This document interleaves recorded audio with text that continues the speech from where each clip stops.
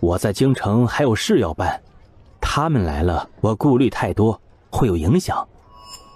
谢念康闻言，立刻和爹爹对视一眼，心想：周伯伯来京城的目的不纯粹是考科举啊，这是憋着大事儿呢，连妻儿老小都不打算接到身边来了。周伯伯，你有什么事要办呀？我很认真的告诉你啊，不管你要办什么事，我绝对能帮助你啊，你可别犯惧啊。想想周伯母还有小瑞瑞，在京城办事接力很重要，朝廷有人好办事啊，懂不懂？别想着不能拖别人下水，就自己一个人往南墙上撞，这种行为一点也不值得歌颂，只是找死。玉溪啊，这是个10岁孩子该说的话吗？啊，人家现在呀是谢小侯爷，天天见的不是皇子皇孙，就是王公大臣，就连皇上也对他赞不绝口。皇上最喜欢听他胡扯，听他翻旧账，听他状告那些自以为天高皇帝远的土皇帝县令。所以啊，请忽略他的年纪。好，那咱们找个能好好说话的地方，我确实有事要拜托谢小侯爷。嘿嘿，好说好说，走吧，周伯伯，我带你去见小爷的粗大腿。人家毕竟是个孩子呢，哼哼，我现在当个牵线的或是传话筒可以，真的干事还不行。周书田傻眼了，不是，刚才为什么他脑子一热就相信了这个臭小子了呢？还愿意说出来。不过既然踏出这一步了，周书田也只能闷着头继续往前了。几人走出客栈不久，谢念康就一脚踩在了马粪上。哎呀，这倒霉的。方玉溪默默看他一眼，再看看周书田，立刻明白了为何周书田会轻易改口了。在谢念康第3次脚一滑踩在了一坨牛粪上后，他们终于到了景王给的那个2进小院门前。小康啊，你怎么走路还是一直踩各种粪便呀？3年前你就这样。还不是京城街道的卫生搞得太差，地上粪便都不清理的。谢念康昨天刚拿到房契，也是第一次来这个院子，发现里面的被褥还有日常用品都是齐全的，完全可以拎包入住啊。周伯伯，这院子你瞧着满意不？在客栈联系你不方便，太乱了，你就暂时住在这边吧，好不好？哎呦，多谢小侯爷照顾啊。嘿嘿，那我们就先安心等一等吧。周伯伯，你就放心吧，我这位粗大腿啊，特别厉害，不会让你失望的。离开客栈时，谢念康就派人去请景王了。他们在小院子里等了小片刻，景王就到了。在下拜见景王殿下。周大人请起。听小康说，周大人和小康是旧相识，曾经还让他和丰太医借住家中，关系很好。小康又是本王家中小辈，因此本王也要念周大人几分情。周大人有什么事儿，本王定然倾力相帮。殿下言重了，是谢小侯爷他们对在下恩重如山，能得谢小侯爷引荐，得见殿下，也是在下的造化。如此，在下也不兜圈子了。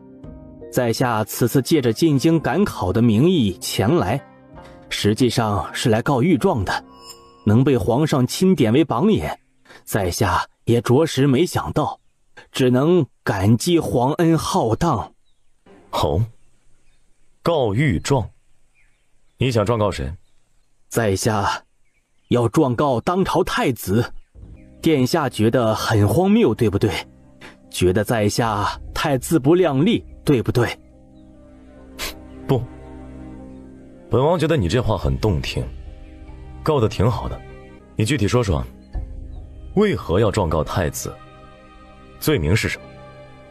周书田看着景王，觉得他这笑容让人头皮发麻，很有大奸臣的特质。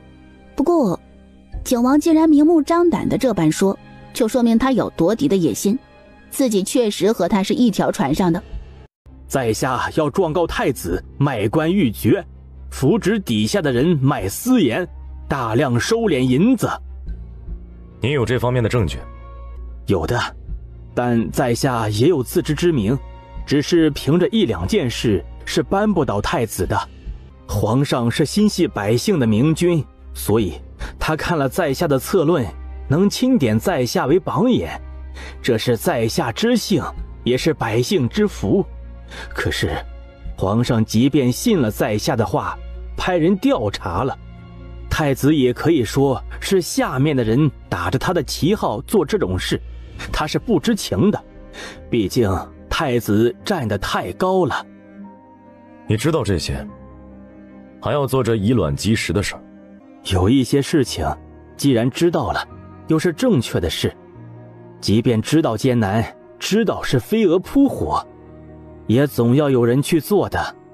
同一时间，皇宫，太子妃正在皇后宫里哭诉太子，说太子近日极为宠幸2个扬州瘦马出身的贱婢，甚至因为这2个贱婢落了他的面子。2个贱婢也值得你来本宫这儿哭哭啼啼的。姑母，你也跟景王妃学学，景王后宅的那些女人被他收拾得服服帖帖的。姑母，景王府这半年就没添新人，景王妃拿捏的都是旧人，当然轻松了。姑母也是景王的嫡母，景王也就只有1个嫡子1个庶子，子嗣不多，不如姑母给景王赐2个美人，也好多给景王府添2个孩子。皇后一听他这话，也有道理哦，送2个美人过去，给景王的后宅添点新人气儿，把一坛子死水给搅活了。不管景王睡不睡的，放在他后宅里当个搅屎棍或者是眼线也是好的。行，这事儿本宫会看着办的。太子宠幸的那2个贱婢，你不喜欢卖了就是。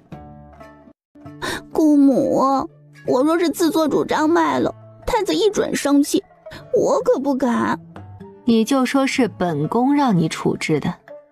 是啊，姑母，太子最是孝顺，最听您的话了，只要您发话，太子哪怕不高兴也会照办的。景王府，张静怡看着面前2个千娇百媚的女人，再看看送他们过来的袁公公，在心里将皇后骂了1800遍。劳烦袁公公了，烦请你回去后告诉母后，这事让她费心了，本王妃万分感动，感激不尽。本来给王妃纳妾是本王妃的责任，可因为自己做得不够称职，还要母后插手，是本王妃的过错。明日本王妃就入宫向母后请罪。哎呦，王妃，您不必如此，皇后娘娘说了，您不必入宫谢恩，就好好把这2个美人调教好，让他们好生伺候景王就行了。那好吧，还请母后放心，这人是母后送来的，本王妃定然会好生调教，争取他们能得王爷欢心，早日承宠，也为王爷诞下一儿半女的。张静怡先给2个美人安排了住处，让他们先待着，并吩咐他们没传唤不准出院子，衣应用品都有丫鬟婆子负责。让2美人退下后，就让周嬷嬷亲自请叶青芷过来，询问她皇后送美人这事儿该怎么处置才妥当。王妃，你就做好你该做的事情就行了。皇后送来的是奴婢，又不是世家贵女。咱们府里的奴婢上岗前啊，都要接受什么培训，就让他们先接受什么培训吧。首先就是要摸清楚他们的家庭关系和背景，先让他们自己一一说出来，留作备案，再派人去核查。能将他们的卖身契从皇后那里要过来就要，不行的话就算了，也不是那么重要。其次呢，接受对王府的忠诚度和归属感的有关培训，不断测试他们对王府的忠诚度程度，直到过关。最后王府的规矩背熟练了，都学会了，会认识字的，到时候默写一份王府规矩交上来，算是合格。不认识的，那就背诵。王妃，这些基本的岗前培训完事之后啊，因为他们是要伺候王爷的侍妾，那那自然还要有专业的技能培训，比如熟悉侍妾该懂的规矩啊，王爷喜好，教导他们后宅生存之道，免得惹了主子不高兴要挨板子。咱们王爷不是喜欢爱读书、爱念经、守女戒的女德的，给那2个美人把相关的课程都安排起来，再领着他们啊，亲自瞧瞧犯了错误的那些庶妃侍妾都是个什么待遇，增加他们的敬畏心。这么一套组合拳下来，这2个美人估计是能老实不少，白天都学习了，也就没时间作妖。而且王妃做的完全符合王府的规矩，不存在刻意的搓磨，皇后娘娘也挑不出错来。至于这2位美人能不能承宠，王爷都说了，腿长在他身上，他愿意宠幸就宠幸，咱们也管不着。若论这收拾人的手段呢，还得是你呀。什么都在规矩内，也没体罚，也没打骂，可是就你说的这些都安排起来，他们的日子也不会好过。我就当做王妃是在夸我啊。叶青只冲这2美人做的就是消磨他们的上进心和精力。青芷，我可真是太佩服你了，需要向你学习的地方还太多了。没事你就来我这儿，和我多说说这些磨人的手段，我也多学学。以后后宅的美人多了，我也能多换些手段拿捏他们。好。这天回府，景王照旧先去王妃的院子，就被告知皇后送来了2个美人儿。怎么安排的？张静怡就说了一遍她的安排，还有叶青芷的建议。景王听得心情十分愉悦，嘴角微微勾起，温声说道：就这么办吧。张静怡一听这话，就知道她这是不打算宠幸那2个美人了，一点也不意外。张静怡早就瞧出来了，王爷对青芷动了真心，青芷对王爷根本没有付出真心。因为不管是后宅的其他女人，还是今天这2个新来的美人儿，青芷都不吃味的。殿下来啦！殿下，快来看看妾身画的如何？还不错，笔触有些稚嫩，但意境挺好。你这种闲适懒散的心态确实适合做这种山水画，自有一股子淡然悠然的感觉。等妾身把这画给裱好了，殿下你说能不能卖银子？你缺银子？要是想要银子，本王给你。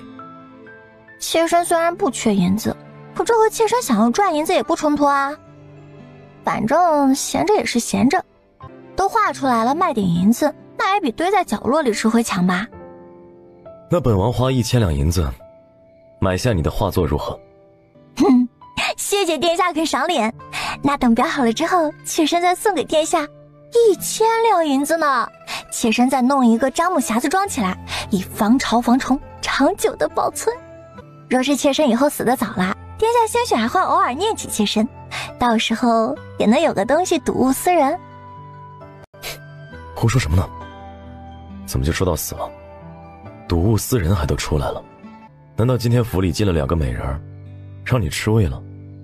故意这么说，撒气啊？叶青芷一听这话，就知道领导朝他要迷魂汤喝呢。领导的真心还在他这里放着呢，确实需要呵护呵护。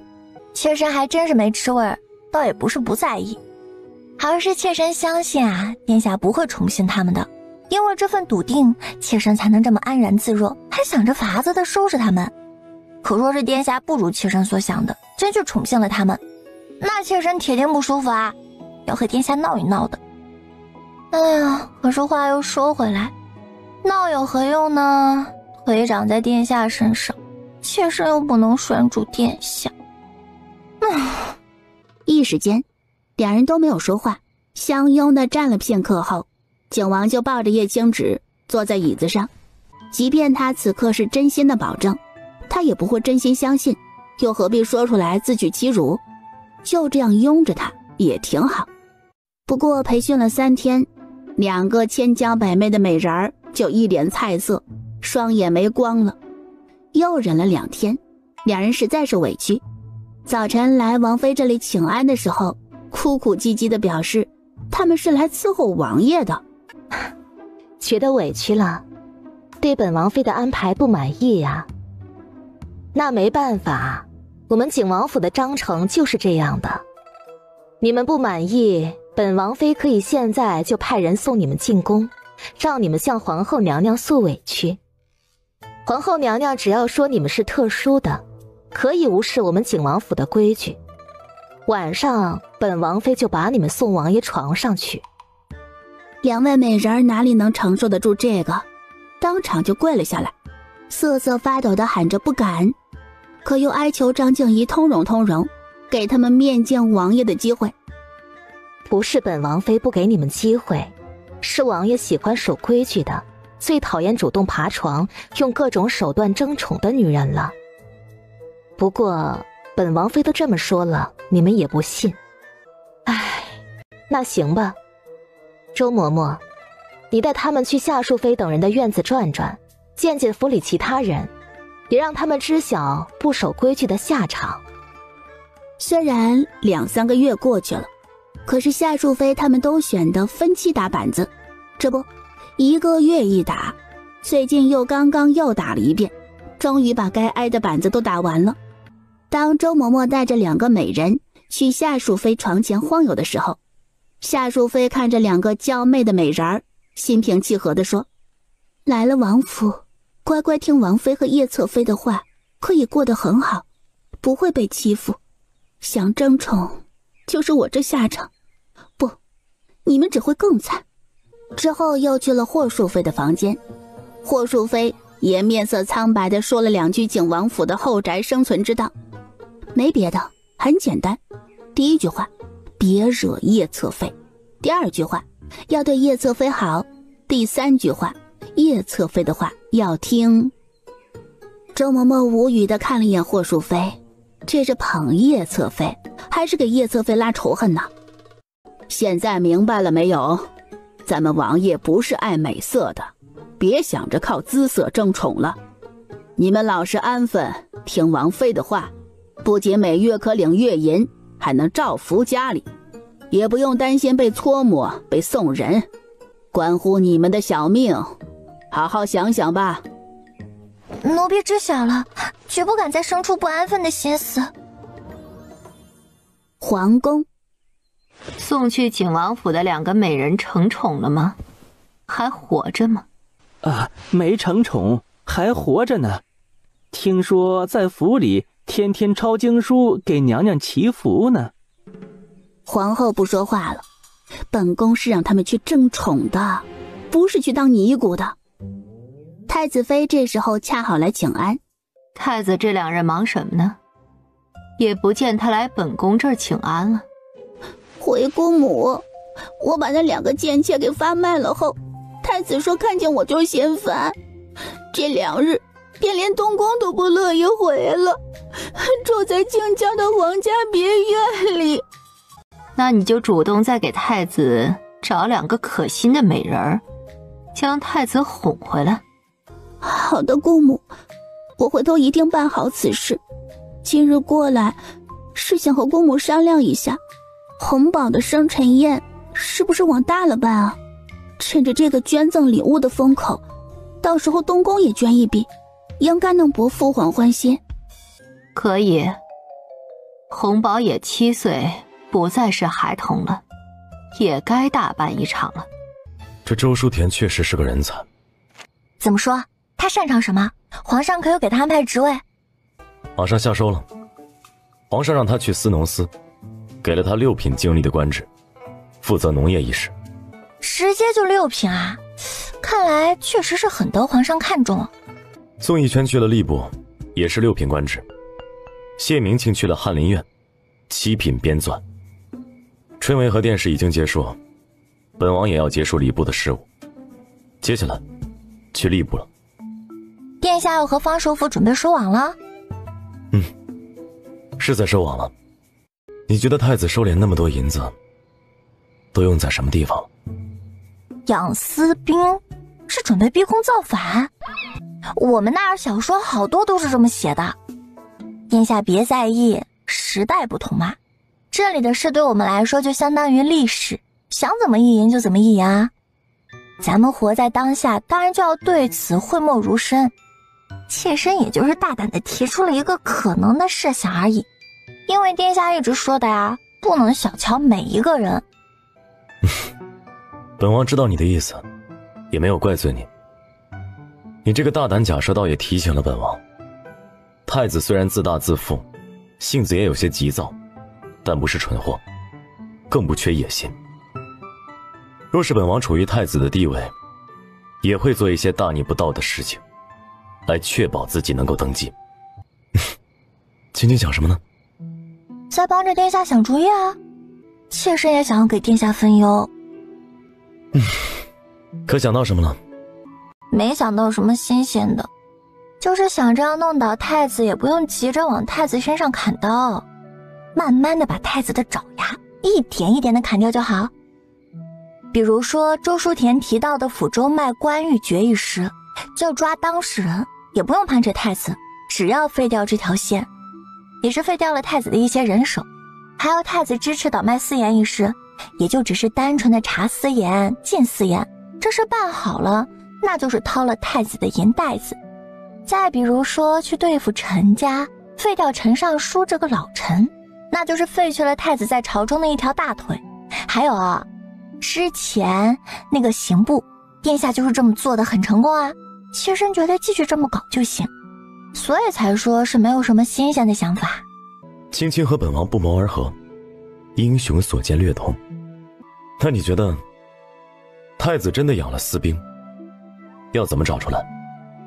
妾身不擅长这方面，就只能想着笨办法，守株待兔。妾身不擅长这方面，就只能想着笨办法，守株待兔。叶青只皱着眉头，想的法子也很符合他被懒的性子。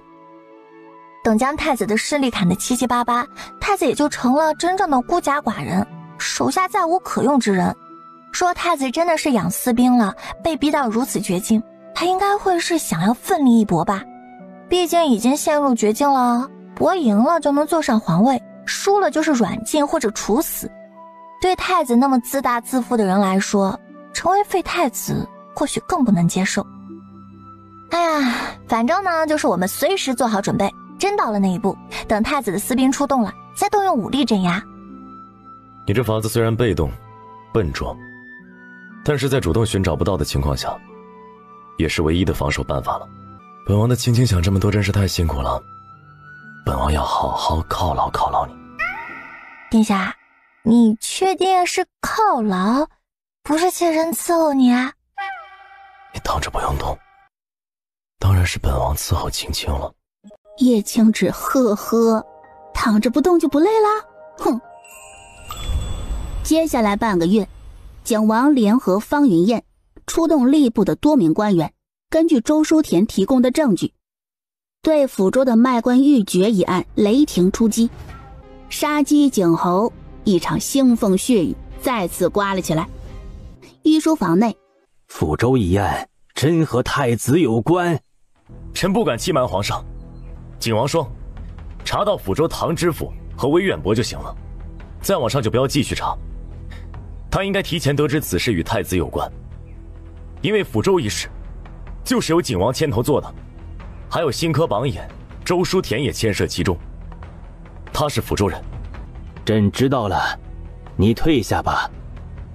微臣遵命。选周书田进宫。1个时辰后，周书田到了。周爱卿这是去农田了？今年京郊那些百姓们的收成如何呀？回皇上，今年上半年风调雨顺，收成还不错，交完田税后，百姓们的余粮够吃的，还能往外售卖一二换些银子，实属难得。百姓口袋有余粮，安居乐业，都是因为皇上爱民如子，励精图治。大赵百姓有皇上您这位明主，真的有福了。皇上被他这一通马屁拍得心情舒畅了许多，脸上也有笑容了。微臣还有一事要禀报皇上。哦，你说。微臣这2日特意统计了一下京郊的农庄收成如何，这些农庄通常是勋贵们租用佃农统一种植，因为大部分农庄只分给佃农固定数量的粮食，佃农积极性不高，通常粮食产量比百姓家自己的田地收成会差个1成左右。不过有家农庄的收成格外高，超出普通农庄收成的5成。好，这么高，谁家的庄子？回皇上，是景王府的庄子。微臣找农庄的管事仔细了解了情况，原来景王府的农庄在春耕时使用了所谓的农作物套种方法，增加了粮食产物。这农作物套种在个别的农业著作书中也有提到过这种方法，但是没有产量会增加的验证，就没有普及开来。微臣在司农司问过了，说是在春耕时，景王府确实调配了2个小吏去帮着研究这套种一事，对佃户们做指导。现在从结果来看，成绩斐然，让人惊喜。微臣觉得下种时再继续做类似的农田实验，而且要增加实验田的数量。若是秋收时，这些实验田的收成能再次显著提升，便可将这农作物套种之法在明年的春耕时推广开来。好，好，朱爱卿说得好啊，朱爱卿果然是实干人才，这才刚刚进司农司，就干出了一件利国利民的大事。皇上谬赞了，微臣万万不敢当的。这农作物套种之法也不是微臣发明的，都是景王府那边的功劳。微臣只是将发现的事实禀报给皇上，这利国利民的功劳当属景王府。千里马再好，也是需要伯乐来发掘的。若无周爱卿的认真负责、仔细统计和对比分析，朕就不会知道景王府农庄的收成居然这么好。因为下面的人都觉得这是很小的事，不会有其他人把它报到朕的面前来，朕也就无从得知了。兴许还要再过好几年才能推广这个套种之法。皇上，除了农作物套种方法之外，景王府农庄所雇佣的佃户干活积极性也很高，精神面貌也是最好的。微臣就很纳闷呢，便和那些佃户们聊天，发现之所以这样，是因为景王府给他们的待遇非常好。景王府并不是分给佃农固定数量的粮食，而是承诺给佃户1亩地收成的4成，这就极大促进了佃农的积极性，督促他们仔细打理庄稼。若是遇见天灾，粮食产量低，或者是没有产量，景王府也会给佃户发低保粮食，确保他们能填饱肚子。也因此，佃户们对景王府赞不绝口，归属感很强，忠诚度也很高。皇上闻言再次满意的点点头。从景王府对佃户的态度就可以看出来，景王是个爱民如子的，不盘剥百姓，反而给他们提供保障，百姓们愿意拥护他，非常的正常。皇上想到这儿，又想到喊周淑田过来的初衷是要询问他太子一事的，心情瞬间变得阴郁了。你和景王走得很近。不敢欺瞒皇上，因为谢小侯爷的关系，微臣和景王确实接触过几次，而且抚州一案也是微臣向景王告发的。谢小侯爷，谢念康，你和谢念康是旧相识？回皇上，是的。3年前封太医救下微臣的妻儿，他和谢小侯爷又在微臣家里住了半年，我们确实关系匪浅。微臣孤身来到京城，之前住在客栈，现在借住在谢小侯爷的2进小院，用着谢小侯爷买来的仆人，皇上有所不知，微臣之所以进京赶考，其实就是为了抚州卖官鬻爵一案，还有贩卖私盐一案。微臣查到这2件案子的背后似乎都有太子的身影，微臣不敢相信，一国储君怎么能做出这样危害国家之事？若日后太子登基，这样的君主岂不是国家之灾，百姓之祸？微臣为此寝食难安，想了许久，便决定了进京参加春闱。若德幸能进殿试，可以面见皇上。微臣再想法子告御状，只是微臣没想到能得皇上赏识重用，内心激荡不已，愈发坚定了告御状的决心，哪怕为此玉石俱焚。后来就是谢小侯爷寻来，找到了微臣，然后知晓我来京城是告御状的，就为微臣引荐了景王。景王说皇上是位明君，一定会给抚州的百姓一个交代。景王又说太子乃是储君，若是用这事直接指摘太子，就会引起轩然大波，各种扯皮，朝廷动荡，也让皇上现在为难。所以景王建议将事情压在抚州境内，微臣也觉得景王说的有道理，就配合景王的行动，给出了相应的证据。周爱卿啊，朕需要你这样忠心正直的臣子，大赵百姓也需要你这样的父母官呢。你很好，朕希望你能一直保持初心。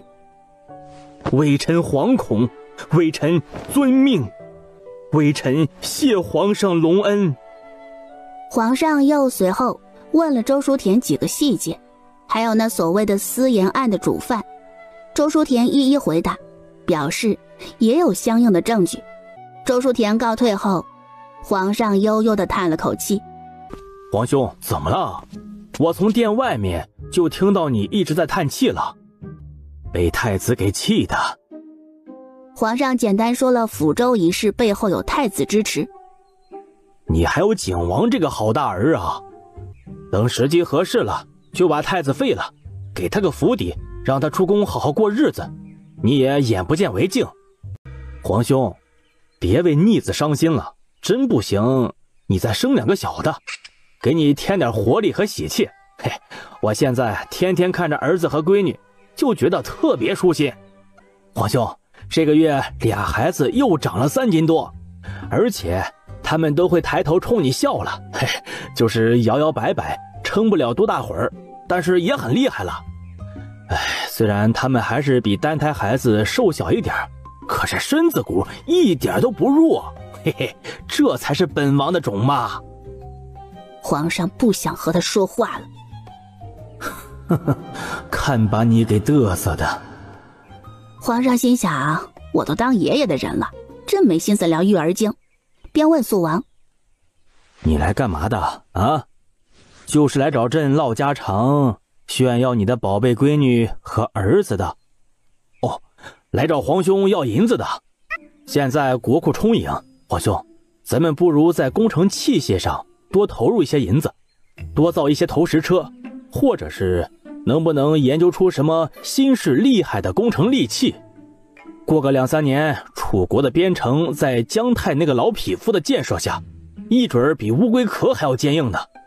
想要打回去，就要有好的工程利器。行啊，这是国之大事，你写个折子，到时候还要和内阁商议一下银子数量，通过后再让户部拨银子给工部下辖的军械局。皇兄，你有空就去我府里看看他们可爱的小模样，可治愈了，保证你心情变好。朕没空，你把他们抱皇宫来。孩子还小呢，不能折腾他们。皇兄，你有空自己来。我先回去了，今天忙了一天，中午都没回去看他们，现在想得很了。快滚！召景王进宫。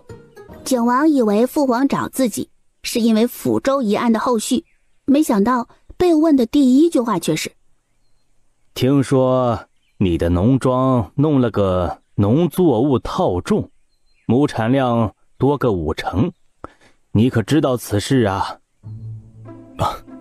回父皇，儿臣也是昨天刚听王妃说起此事。当初不过是叶氏看了2页农业书，觉得这么套种有趣，就兴起了试验一下的心思。王妃也任由他尝试，没想到亩产量提高这么多，儿臣也很惊喜，意识到这是利国利民的大事。儿臣本打算过2日多了解一下情况，再写个详细具体的折子告诉父皇，没想到您已然知晓了。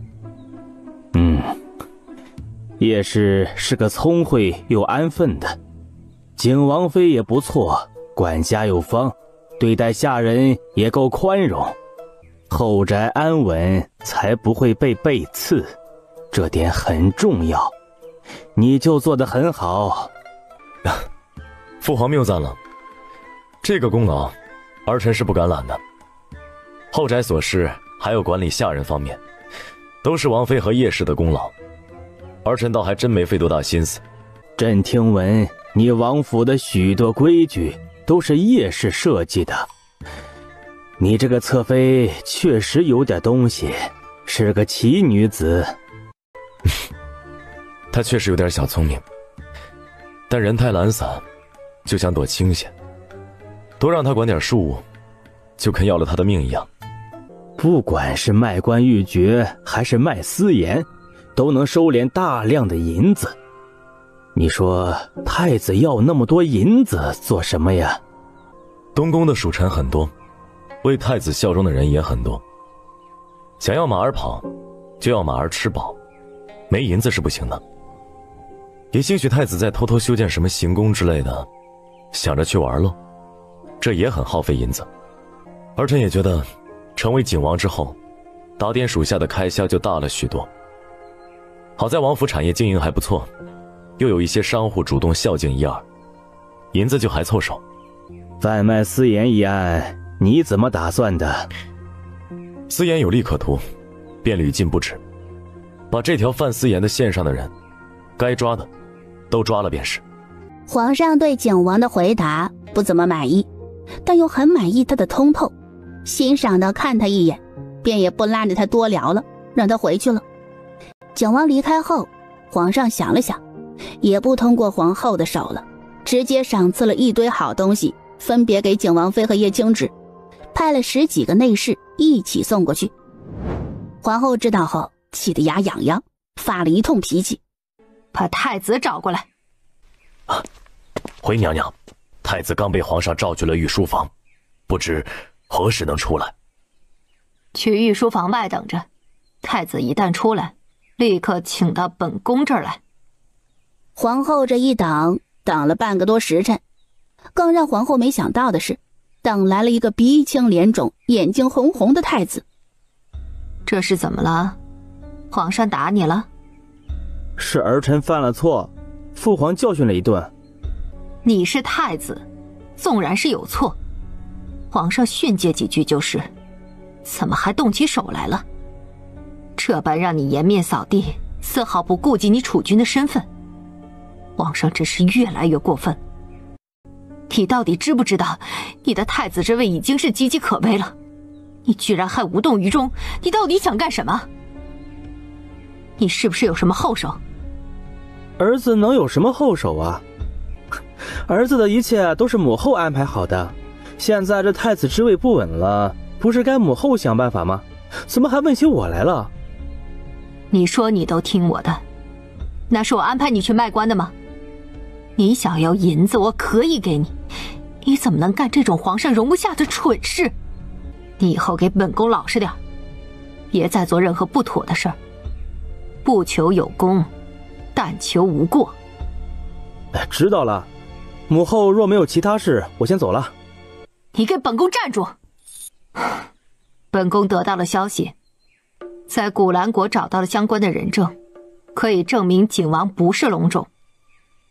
1个多月后，他们就能到这边来了。只要将此事闹大，景王的身份就会被质疑，不信皇上心中不膈应。釜底抽薪，母后好本事啊！太子之位是你的，以后皇位也会是你的。母后是绝对不会害你的，你要听母后的话。蒋王府，亲侄，农田一事都是你的功劳，这些赏赐都给你了，让下人们一会儿搬到你院子里去。我就动了动嘴皮子，农庄那边的事情都是王妃在过问，哪能把功劳都推到我身上？一人一半，收上来的粮食捐1/3到国库，就和捐宴会礼物一样，用名誉的名义捐，希望粮食用于军饷。谁问起，都是为了给名誉积功德，希望他身子康健。殿下放心，即便捐出一半的粮食，王府各项产业的盈利也足以支撑开支。妾身也会努力管好家，经营好各项产业，争取能增加盈利。妾身会力所能及的帮助王妃处理这些事情的。蒋王这才满意的应了声。那么聪明的脑袋瓜儿，天就光想着偷懒儿，太浪费了，给他用起来。姨姨，爹说过一句话，好像是你以为岁月静好，却不知是有人负重前行。我现在特别有感触，这话说的真好。我们小康最近真是辛苦了啊，不如我们休息几天，让你姨父给你请个假，就说是病了，不去宫里了。好耶！等景王从外面回来，听到谢念康的要求，也很轻易地答应了他。行，给你放3天假。最近多亏了他的计划才能进行得这么顺利。姨父，你真是太好了，祝你心想事成。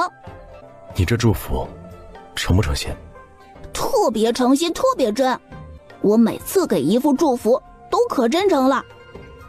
你还什么时候给我祝福了？1个多月前吧。当时姨姨说姨父工作压力大，我就想着为姨父尽一份心，让你事事顺心。谢谢你，下次不用了，姨父能应付得过来。别那么耗他的功德，怪费银子的。2天后，景王收到了属下的传信，是古兰国那边有消息了。传信中有一幅小像，是个5岁的小姑娘，眉眼和明艳有5分像，叫薛夫。景王又看了看信的内容，这小姑娘在古兰国身份可不一般，她的姨祖母，也就是亲祖母的妹妹，正是古兰国的女帝，而且女帝很宠爱她，封了她为郡主。信中也提到，因为很难接触到薛家老夫人的身边人，无法得知老夫人的过往，所获信息很有限，无法验证就是她要找的生母，而且时间过去太久了，也无法拿到老夫人年轻时的画像。景王觉得这消息就是拿给他的糊涂父皇看，估计他也判断不准。不过景王转念一想，他能收到这封信，应该是加持了谢念康的祝福的，所以他的生母应该就是薛老夫人。皇上看过信件和画像后，还是惊喜地说：这孩子和明艳长得确实有几分相似，说不定真的是你侄女呢。是又如何？父皇，你难不成还要去古兰国和女帝攀亲戚，说你是她的姐夫？这时皇后带着一些人过来了。皇上，这几人是古兰国来的，自称认识当年的您，知晓您在古兰国的那段过往，而且他们还说皇上您是被骗了，景王根本就不可能是您的儿子。皇上和景王一同静静地看着皇后表演。皇上，你听见了吗？臣妾说了，景王不是您的龙种。皇上看着歇斯底里的皇后，再看看他找来的2个老者，盯着看了好一会儿，也认不出来到底是谁。知晓他身份的人少之又少，能知道他在古兰国往事的更不多。皇后这是觉得有空子可钻。确实，若不是有丰太医的亲子鉴定，有人言之凿凿地说景王不是他的龙种，再说出当年的1、2个细节，他也难免要怀疑1、2。可现在，呵呵，朕十分确定，景王就是朕的龙种。皇后，你若是带着人就此转身离开，朕就信你是被奸人蒙蔽了，也不知情。若你执意纠缠，非要将此事闹大，朕就认定这2人是你故意找人污蔑景王的。朕要治你欺君之罪，废你后位，将你打入冷宫。皇上要为此废掉臣妾？冰冻3尺，非一日之寒。你自己之前做过的那些事，你心里没点数？若不是顾忌你是太子生母，朕早就废了你，将你打入冷宫了。是臣妾被下面的人蒙蔽了，请皇上开恩，饶过臣妾这一回。你应该庆幸，你带着人直接来了朕这里对峙，若不然，皇上哼笑一声，没再说下去，只是厌恶地摆摆手，让皇后带着人退下。这事儿就很顺利地解决了。所以殿下的身份危机彻底过去了，就是感觉有点雷声大雨点小，虎头蛇尾的意思，就是一切都很是顺利。有小康的祝福，想不顺利都难。我也确实感觉到自己最近事事顺心，就是觉得这祝福有点浪费了，没用在刀刃上。殿下别不知足了，事事顺心还不好，别人想要求都求不来呢。不过是做好事攒功德就能抵消霉运，就没有比这更好的事了。而且攒功德又不是非要用银子砸，做一些利民利国的好事也能攒的，这就形成了一个完美向上的利好循环。殿下做好事得名声又攒功德，还能得祝福，事事顺心，心想事成。因为有反事一说，就会再督促你继续做善事，做利国利民的好事。这么一直下去，殿下何愁是笼络不到天下英才，何愁霸业不成？而且你还会拥有爱民如子、求贤若渴等的好名声。小康这金手指对他的锦鲤命来说就是锦上添花，聊胜于无。可是在殿下这个心怀天下的人手中，那可是最大的利器。青青说的对，是本王吹毛求疵了些。现在京城的勋贵们可都盼着好运降临呢，为此捐银子捐粮食的都不心疼了。皇上就没怀疑过什么？自然问过呢。本王一例担下来，说是专门制造这种好运现象，选了一些特例加以传播。有了这些例子在，勋贵们遇见难事或是想要求子，也不去烧香拜佛，现在更喜欢往国库捐钱粮了。那寺庙岂不是要冷清多了？那些出家人不会闹事吧？出家人讲究6根清净，他们要保持逼格，就没立场闹事。就算香火不旺了，也有朝廷兜底供养这些僧人呢。东宫，太子听到皇后被夺凤印和被软禁的消息后，脸色变得很阴沉。殿下，我们去向父皇求求情吧，即便没有用，可态度要摆出来的呀。殿下，你倒是拿个主意呀，是去跪着向父皇求情，还是要切身回陈家想想办法？回陈家？呵呵，你以为这还是20年前，父皇需要仰仗你们陈家稳固朝堂？别太把自己当回事，你们陈家如今什么都不是，你还不如带着你的好儿子去父皇那里跪一跪，兴许还能让父皇心疼1、2，即便不能取消对母后的惩罚，也能让你们去探望母后。那殿下呢？殿下就什么都不做吗？孤发热了，一病不起。太子说完后，走到里间，躺下后冲太子妃吩咐：宣太医吧。太子妃不懂了，太子到底想做什么？通过生病示弱让皇上心疼吗？太子妃带着皇太孙跪在了御书房外面，求皇上能网开一面，不要软禁皇后。皇上心疼了，也心软了，而且东宫的人来报，太子烧得厉害，都昏迷了。算了，暂时不逼孩子了。父皇还是对太子心软了。殿下莫急，储君之位已经是殿下的囊中之物，你想要做什么，直接去和皇上说，只要是立国利民之策，皇上铁定会支持的。父母面对自个儿的儿女们啊，只要是放在心上的，总是会想着一碗水端平。谁过得差了就会心疼，想着帮衬帮衬；谁过得好了也会打压打压，让他别太飘，甚至还会想着让他也帮着兄弟姐妹们。殿下这个时候主动退一步，不急着做储君的位置，才能激发皇上的愧疚心。你越急，反而会让皇上更心疼太子。青青说得很对，本王最近事事顺心，野心不断的膨胀，觉得就没有本王做不成的事情，也觉得本王应该得到更多权力。人确实飘了，急了，这很正常啊。所以圣人才说要3省吾身，就是要时时的审视自己，不断的调整心态，不断学习，保持清醒和理智。景王笑着亲亲他，直接将他给抱起来往床边走。今日青青又做了一回本王的老师，本王要……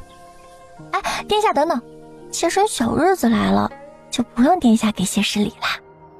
要不青青能者多劳，送佛送到西，除了心灵开导外，再扮演一下其他方面的老师。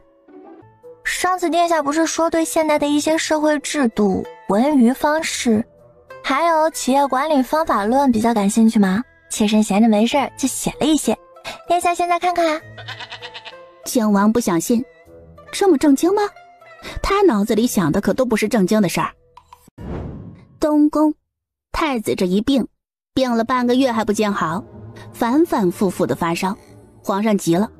若是治不好太子，你们就提头来见。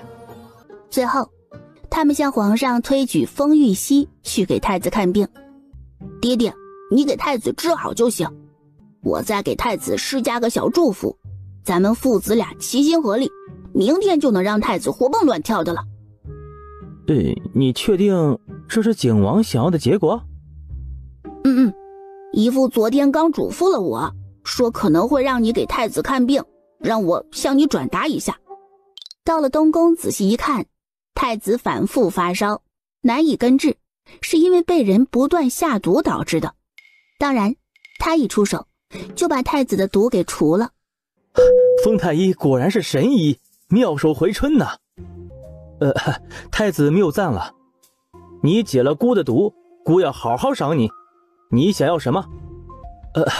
微臣只是尽了本分，不敢要赏赐。皇上听闻太子被人下毒，特别震怒，让人立刻彻查东宫，揪出凶手。封玉溪只想说，这剧情没一点新鲜感。最后查来查去，下毒的幕后黑手找到了，是宫里的德妃。德妃大喊冤枉啊，无论如何就是不承认他是幕后黑手。殿下怎么看？德妃真是冤枉的啊。不得不说，太子病的还真挺是时候，成功降低了皇上的怒火，而且还牵扯出中毒一事，让皇上更心疼了。同时因为要查找幕后黑手，就让大家把注意力从太子和皇后身上转移开了。该不会从始至终这都是太子自导自演的一场戏吧？没有切实的证据，不过本王觉得你说的对，这更像是太子做的局，德妃倒霉的背锅。殿下在户部那边布的局，太子和陈尚书上钩了吗？鱼儿开始咬钩了，诱饵这么肥，太子手底下银子又紧张了，他自然会对国库的大量钱粮动心。陈尚书拦不住他，我们之前都小瞧了太子。殿下，今年皇上要去避暑山庄吗？要去的。内务府已经开始准备此事了，半个月后就会出发去避暑山庄。小王说着，走到他身边，也瞧着窗外。起风了，山雨欲来风满楼啊！骑马的时候，太子从背上摔下来了，半条腿都摔骨折了，太子破防了。冯太医，太子的腿会不会留下什么毛病啊？殿下的腿伤很严重，微臣也无能为力，不能让殿下恢复如初。母妃，外面都传捐东西给国库能得好运，父王这2日是太过倒霉了，兴许咱们捐一大笔银子后，父王的腿伤也能有转机呢。方玉溪被皇上召见了。太子的腿真的没办法恢复了，很难很难，经过努力的复健，或许还能自己走路，但也会多少落点残疾，看起来像跛脚行走。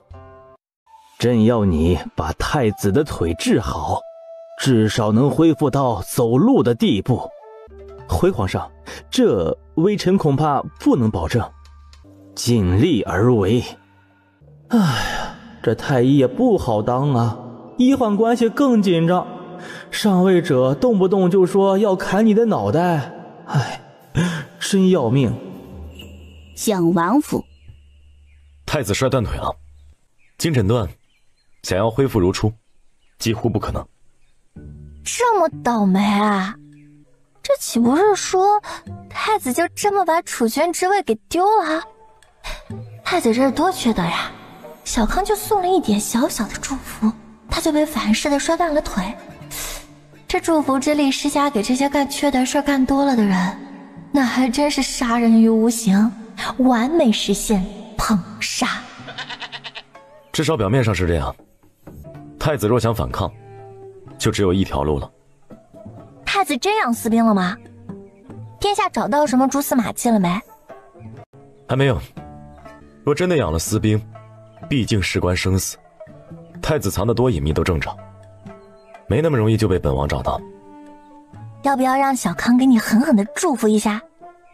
本王也怕摔断腿。那不至于，殿下攒下的功德已经很多了，就算是之前积累的不够，那咱们再赶紧砸银子啊！而且若是真能找到太子的私兵，提前采取措施，也能阻止一场宫变，避免无辜殒命和血流成河，这也是积功德的。再退一步讲，就算王爷也因此倒霉反噬摔断了腿，这不是还有封大夫呢吗？他不治好太子，那是因为不想治，又不是治不好。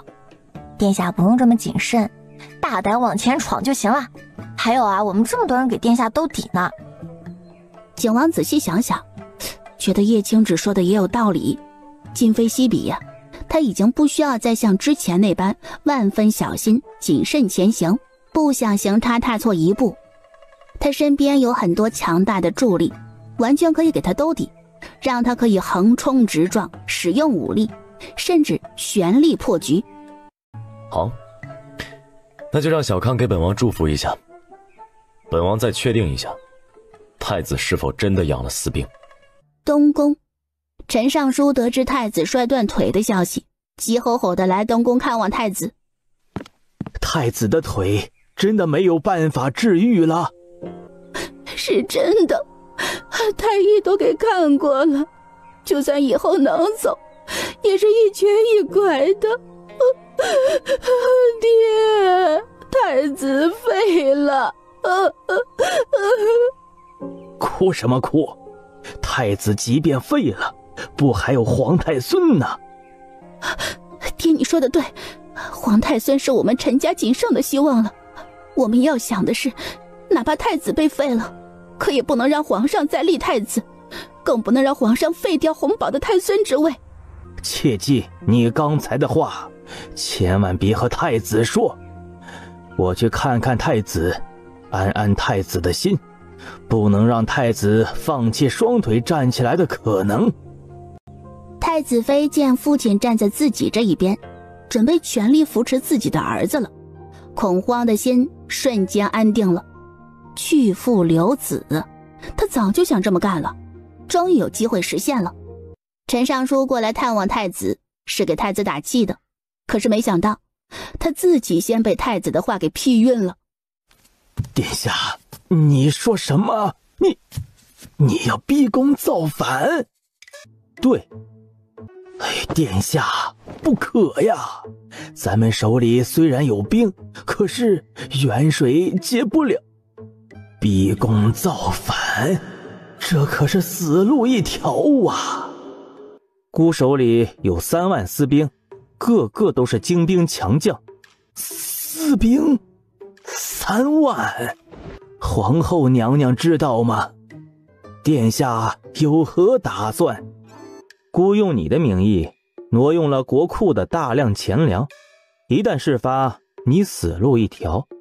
你只有和孤一样奋力一搏。陈尚书傻了，以前的他怎么会觉得太子好哄好拿捏呢？太子才是一条隐在暗处的毒蛇。景王这边经过10多天的精细排查，又有祝福之力加持，终于找到了太子养私兵的地方。我们真的小瞧了太子啊。殿下，我有个疑惑，太子既然是养了私兵，太子还如此有心机有城府，那为何在前世的梦境里皇上都病重了，太子会一直监国不夺权？有点矛盾啊。前世一开始本王没被认回来，太子监国也算是大权在握了，他没有像现在这样被逼到绝境。而且太子和父皇关系也可以，又要考虑孝明和贤明，所以不彻底夺权也能理解。这确实是能解释得通。那之后呢？皇上将殿下扔回来之后，为了给殿下铺路，又重新执掌大权，不让太子监国，这太子能忍？皇后能忍？你做的那些前世梦境中，本王最后登基了吗？妾身其实没有在梦境中看到殿下登基，之前可能是妾身表达有误，让殿下以为妾身梦见了。因为妾身知道殿下是皇子之后，就一直坚定地认为殿下一定会坐上皇位，不管是现在还是前世。原来青青对本王如此有信心，本王很高兴。前世到底是怎么样的，我们暂且不论，也不用太过在意，因为那只是前世，是可以改变的。咱们只说这一世，本王身边有青青，有皇叔，有方首府，有封玉溪，还有小康，还有很多其他支持本王的人。有这么多人站在本王这边，若本王还坐不上那个位置，那本王也没脸面活着了。之前我们都觉得太子自大自负，脾气急躁，也无大才，没将他放在眼里。可现如今发现太子也不弱，还挺能装的。但那又如何？太子再能忍能装，也依旧被我们一步步地砍掉了手脚，逼上绝路了。现在他就只有逼宫造反这一条路了。而我们也已经摸清了太子的私兵藏在哪儿，所以这次依旧是我们抢占了先机。殿下说的太对了。那太子私兵一事，殿下要直接向皇上禀告吗？不，我去告诉皇叔，让皇叔去告诉父皇。殿下这个决定就很好。事情紧急，景王立刻就去肃王府找肃王了。书房内，事关太子，请皇叔帮我。太子的腿已经废了，皇兄早晚会废掉他的储君之位。你有什么事这么严肃啊？我查到太子养了私兵，而且至少有2万人。私兵藏在了哪里？给本王指出来。就在这个玉环山脉里，在此处他们开了个大的采石场，用来掩人耳目。在里面上工的人粗步计算能有上万人。这个采石场是去年才开始扩大的规模，周围的小镇人还有村里人都知道这块地方，也有青壮年在里面上工，给的工钱多，要求严格，不能轻易离开回家。所以我判断这些工人其实也是私兵。皇叔，你仔细看，这地方虽然连绵10几里都是山脉，但是他们选择的这个采石场交通很方便，附近也并不荒凉。20里范围内，四面都有村镇，30多里外有祥云县。这个县还有港口，可走船运，所以即便是需求很大的运输补给，也很方便。我派人在采石场附近蹲守了几日，发现他们不论白天还是晚上，都有马车、牛车、骡车等来来回回的出入，数量很多。再问周围的村镇，对此情况已经司空见惯了。一问就是他们要往外运输石头，并不觉得奇怪。我猜测，祥云县的县令还有官员，也都是太子的人。断补给，乱军心，围而不杀，那还不如擒贼先擒王，直接把太子处理了，这些兵应该也不是问题了。此事你就先不用管了，我去皇宫找皇兄。后续怎么处置，还请皇叔告知一二。做得不错，还好皇兄有景王这个好大儿，若不然，嘿。就现在爆出的问题来看，他们还真是小瞧了太子。皇宫，皇兄没午睡呀，心烦觉就少了，你怎么这时候过来了？自然是有急事要和皇兄商量，要不然我也不会过来打搅皇兄午休。总算是没白疼你呀。是何要紧事啊？是太子的事。皇兄，太子真的是个孽子，打死算了。他又干了什么呀？太子的腿断了，已经无缘储君之位。他养了3万私兵，随时都可能杀到你跟前，让你给他让位置。得知太子搜刮那么多银子时，朕就想过这个可能。朕一直不愿意往这方面想，朕也一直以为了解太子，可实际上，朕大错特错，看错了他。那皇兄决定怎么办啊？还能如何？快刀斩乱麻，把太子圈禁起来，把他养的私兵围剿了，这事儿就交给你了。你要多少兵马？把黑羽军的兵符给我就行了，剩下的事情皇兄就不用管了。先让朕和太子谈谈吧，兴许不用费任何兵力，就可把那些私兵给收了。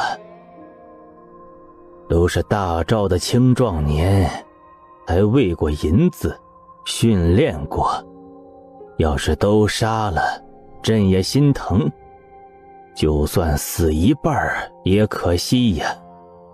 还不如全部分开，编入各军的先锋队中，让他们将功折罪。皇兄能这么想就最好了，都是大赵好儿郎，要死也是死在保家卫国的战场上，死在逼宫夺权、阴谋诡计中，多窝囊啊！东宫，还请父皇恕罪，儿臣无法起身恭迎父皇。躺着吧，别随意挪动你的腿。儿臣的腿没那么疼了，可以坐着说话。父皇能来，儿臣受宠若惊，万万不能躺着和父皇说话，太不敬了。从什么时候开始恨朕的？从什么时候开始想取代朕的？父皇，儿臣怎么可能恨您呢？儿臣一直想成为父皇这样的明君，只是现如今儿臣腿废了，已经不可能了。你不是还有3万私兵吗？你可以命令他们冲进宫里，砍掉朕的脑袋，你来做皇位。太子忽然平静下来了，他又盯着皇上看了一会儿。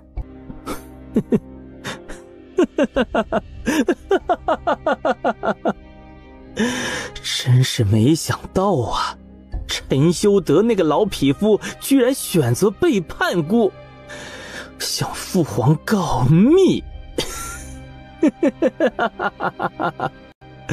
父皇要怎么奖励这个忠诚的老狗，留他满门性命？为什么要这样做？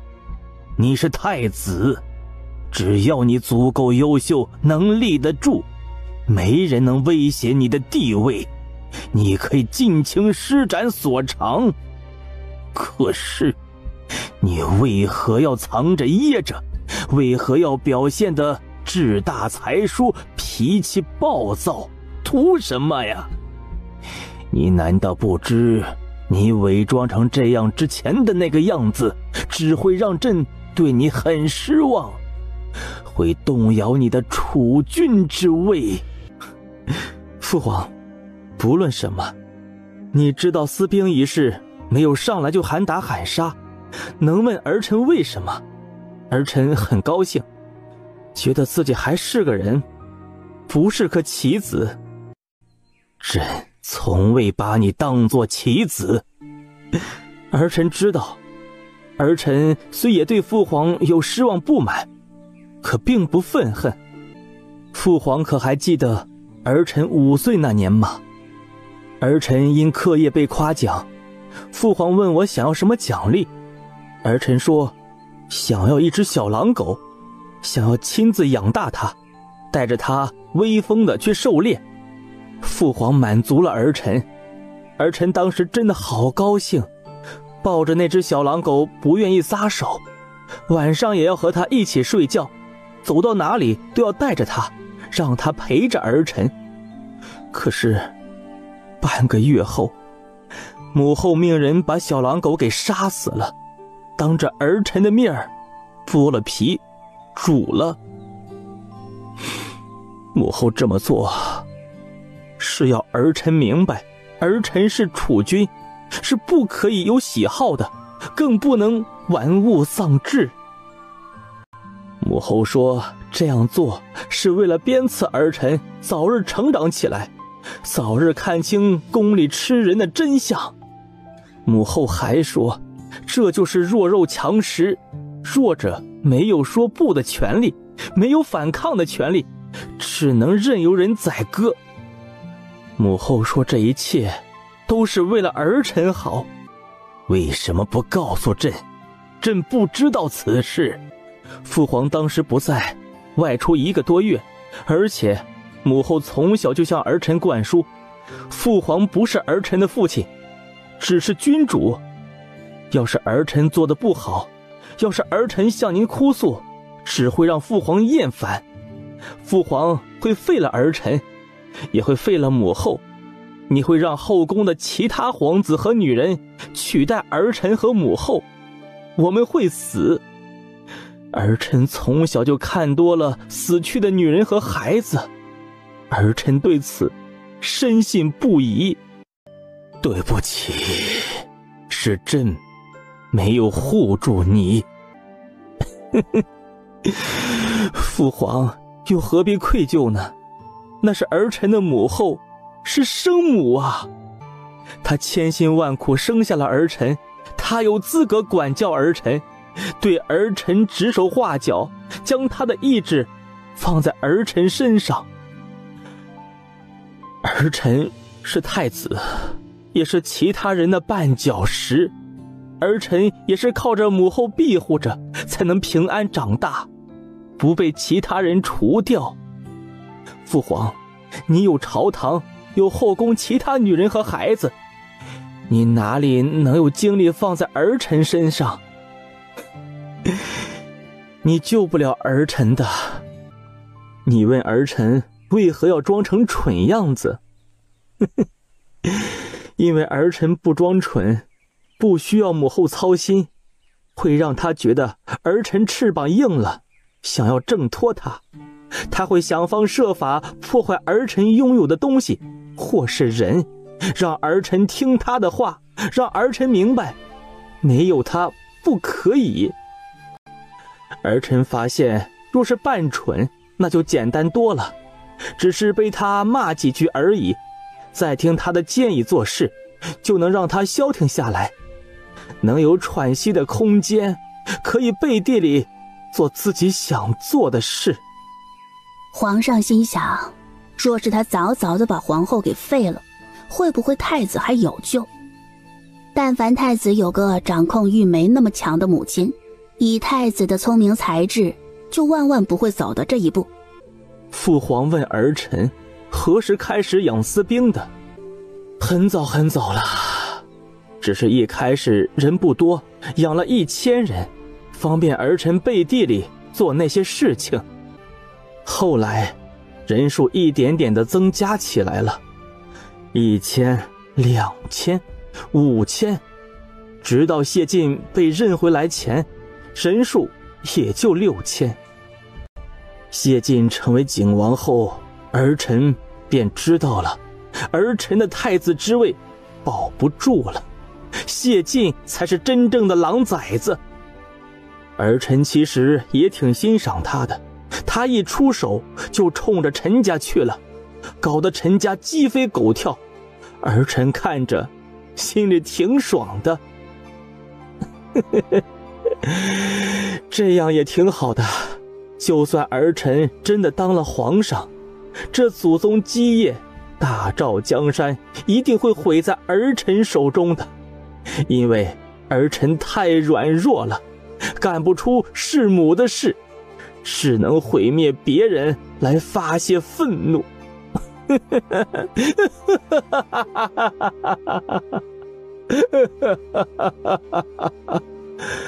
父皇，你就赐死儿臣吧，别为儿臣烦心了。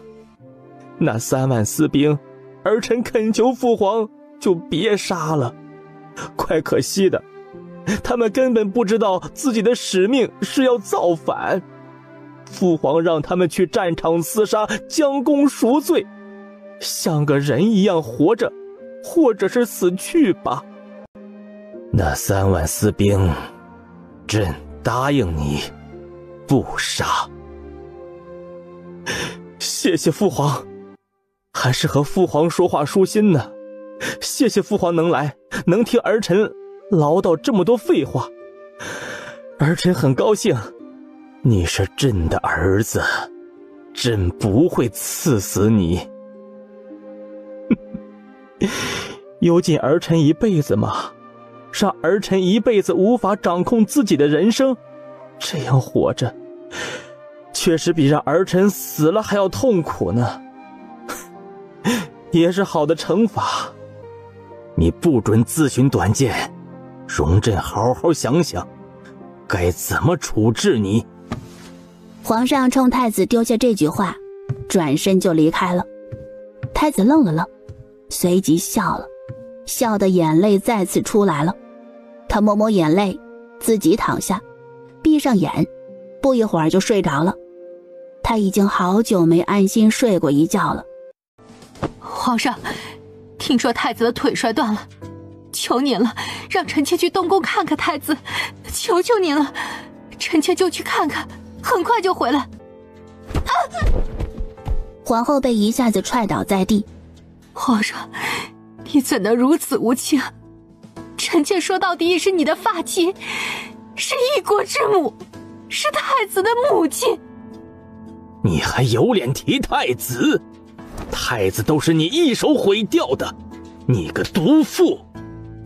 皇上的怒火又窜了出来，蹲下身，抓着皇后的衣服，抬手就狠狠地又给了皇后好几个巴掌。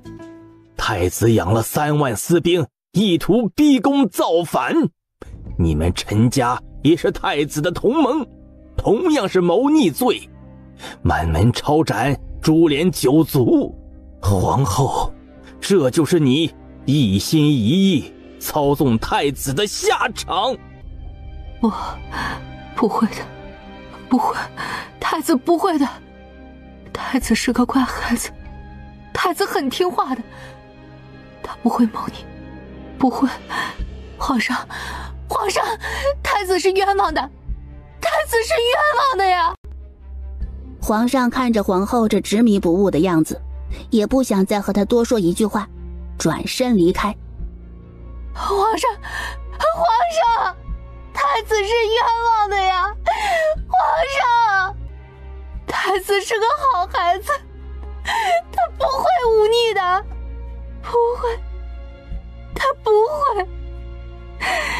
太子那么听话，他怎么会干出这样的事？皇上，赵肃王进宫，来坐下，陪朕喝几杯酒。我们兄弟两人已经许久没坐下来喝过酒了。皇兄和太子谈过了，怎么样？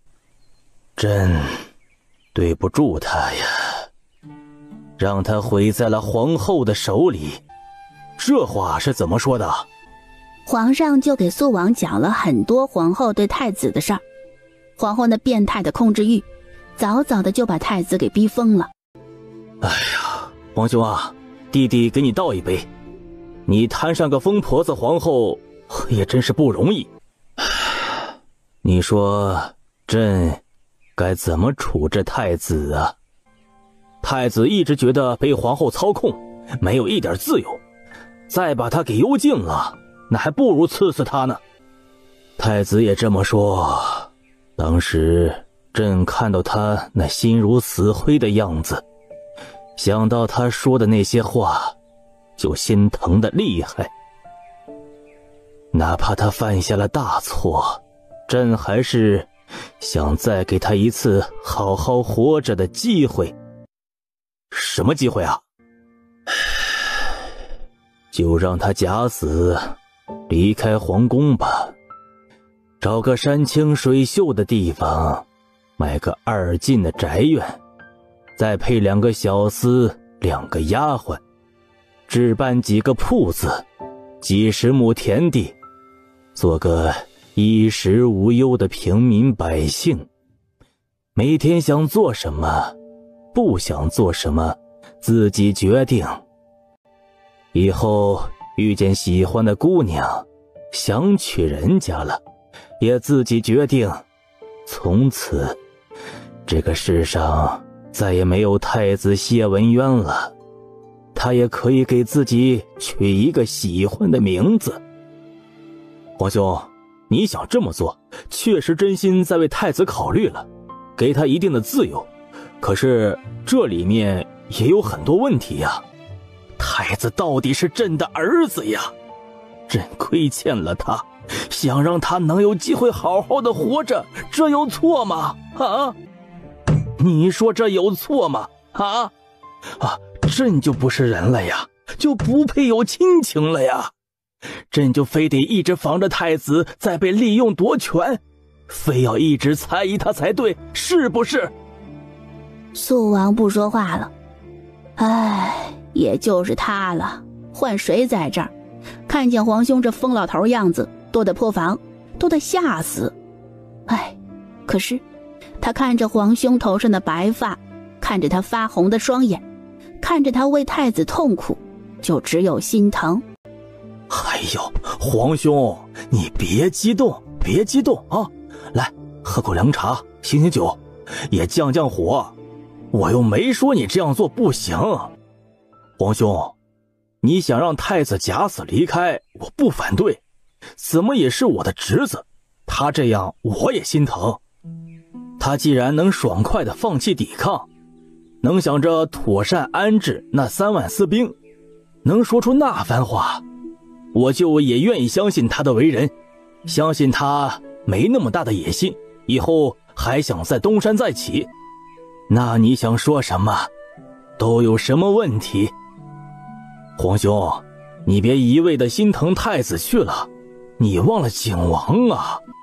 太子养私兵一事是景王发现的，也是景王告知我的。对太子的处置，你想让太子假死离开，你可以瞒着其他人，我觉得你要向景王坦诚。告诉景王那太子还能活，这是要把太子送到景王的手里，一直让太子活在景王的控制之下，这怎么能行呢？皇兄，你听我给你细细分析啊。首先，景王这个人有自信傲骨，也有容人的雅量。太子有权有势有钱有人的时候，他都没怕太子，将太子给逼上了绝路。你认为一个被贬为庶民还是假死，再无身份的太子，景王就怕了，能觉得是巨大的威胁了。景王不会的，他的胸襟没那么小，你只要给他说清楚，他铁定能容得下太子，让他过太平生活。当然，偶尔的监控估计还是少不了的。就太子这身份、这智商、这心性，完全放任也是不行的。其次，若是你没给他说太子假死脱身了，最后让景王自己发现了，那景王会怎么想呀？会觉得皇上防着他，甚至会想皇上这么安排太子假死，是不是还给太子留了势力？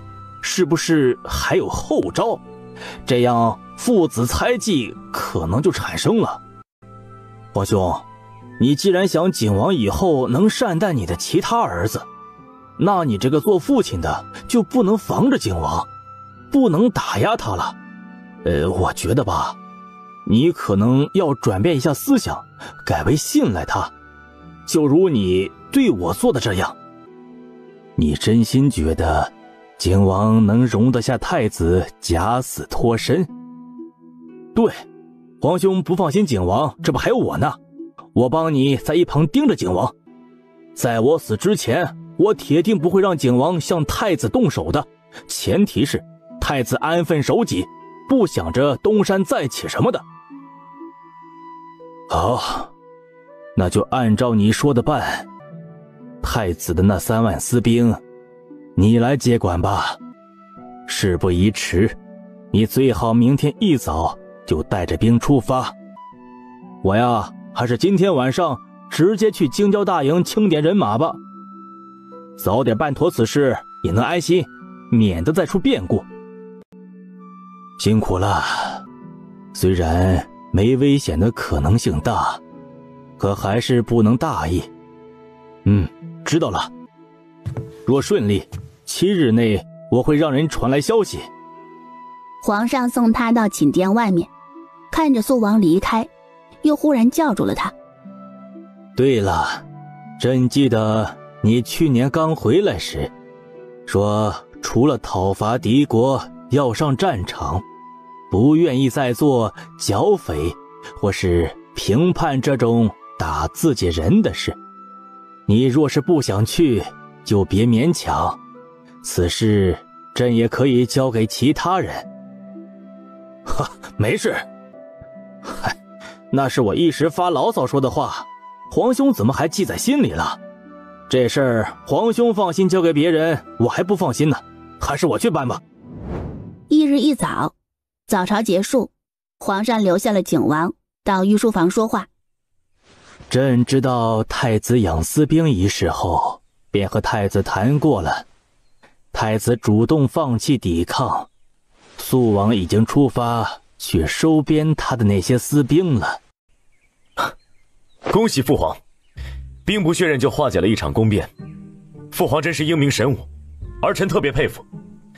以后儿臣也要向父皇学习，多用上策解决问题，能不打就不打。对于太子的处置，你有什么想法吗？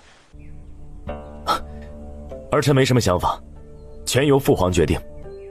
朕若是想放了太子，让他假死脱身呢？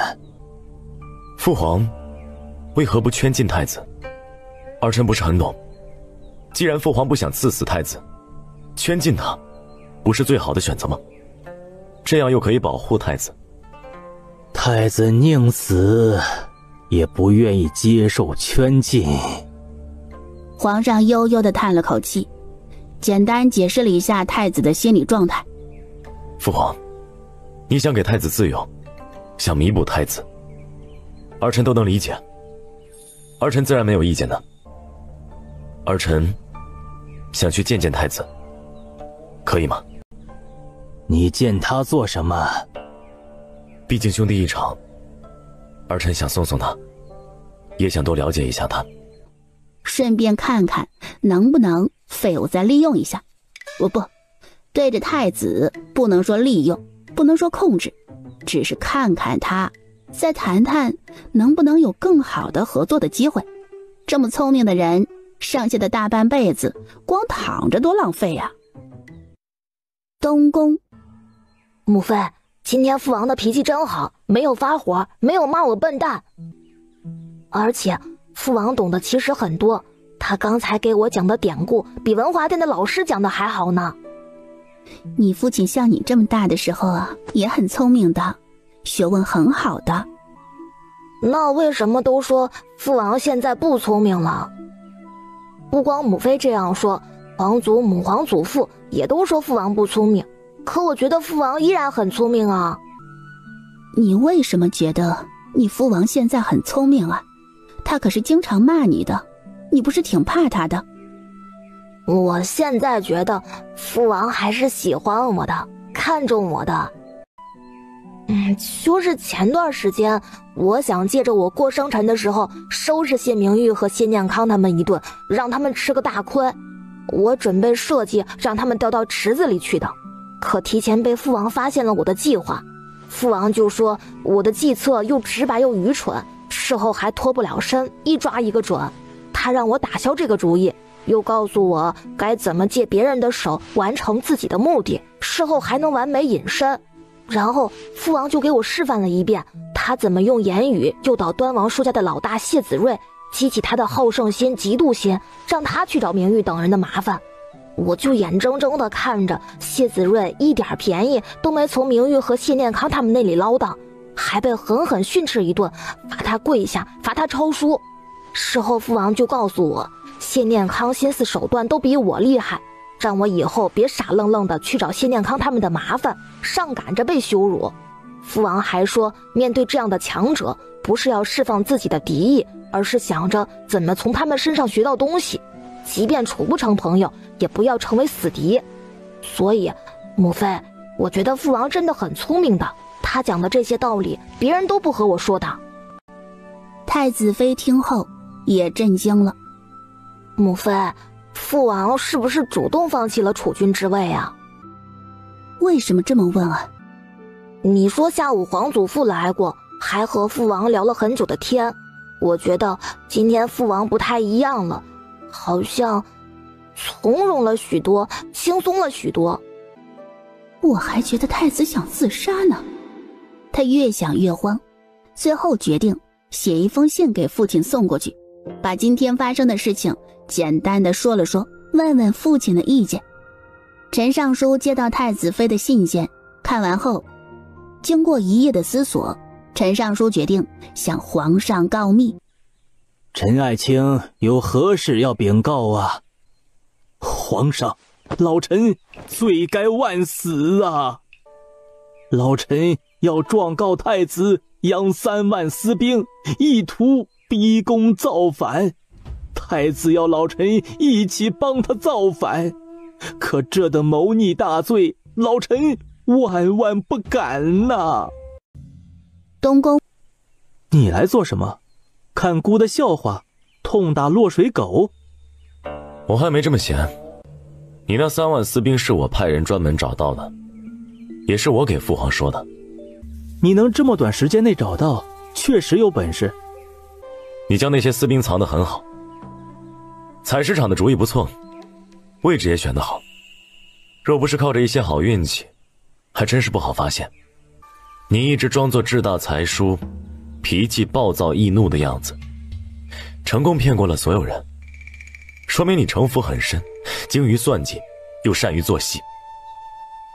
我之前是不能理解你为何要这么做的，觉得你贵为太子却要这样做，就是纯属没事找事儿。可今天听父皇说起原因，才明白你的心酸与无奈。刚才父皇找我过去说心疼你，知道你不接受圈禁，就想要让你假死脱身，让你离开皇宫，去过自由自在的生活。我觉得父皇这个想法不怎么样，太浪费了。你什么意思？容不下我？我不仅能容得下你，我还要和你谈合作。我说太浪费，是觉得你是个聪明人，又有才干。你若是无所事事的度过下半生，实在是屈才啊！相信我，一开始平民的生活可能会让你觉得轻松自在，可过不了多久，因为太无趣、太简单，日子能一眼望到头，你自己也会觉得很无聊的。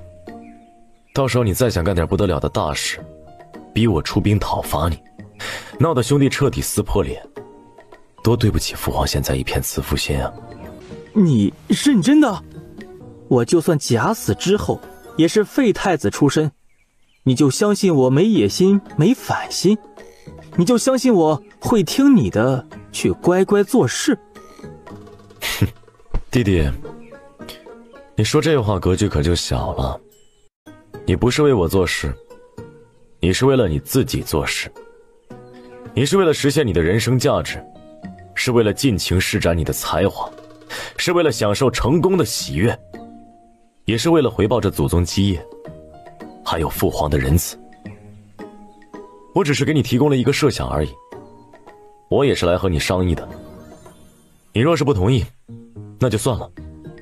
太子问号脸啊，他自诩是忽悠人的高手，可是景王这说话一套一套的，比他还能忽悠呢。还有，谁是你弟弟呀？哼，哎呀，说的怪好听，还不是想要享受奴役我的快感？哼！你先听我讲完我的设想。我打算让你去楚国接手那边的情报网，扩大势力，搞乱楚国内政。我的野心很大，我想在未来5年内把楚国给灭了，并入咱们大赵的版图。你是咱们大赵的太子，开疆拓土，你责无旁贷，理应去做这些事情，而不是假死以后天天躺在院子里晒太阳。你为什么这么信任我？就不怕我掌握了太多势力，会把你踢下去？那我问你几个问题吧。你喜欢皇宫吗？喜欢每天面对一样的群臣和他们勾心斗角吗？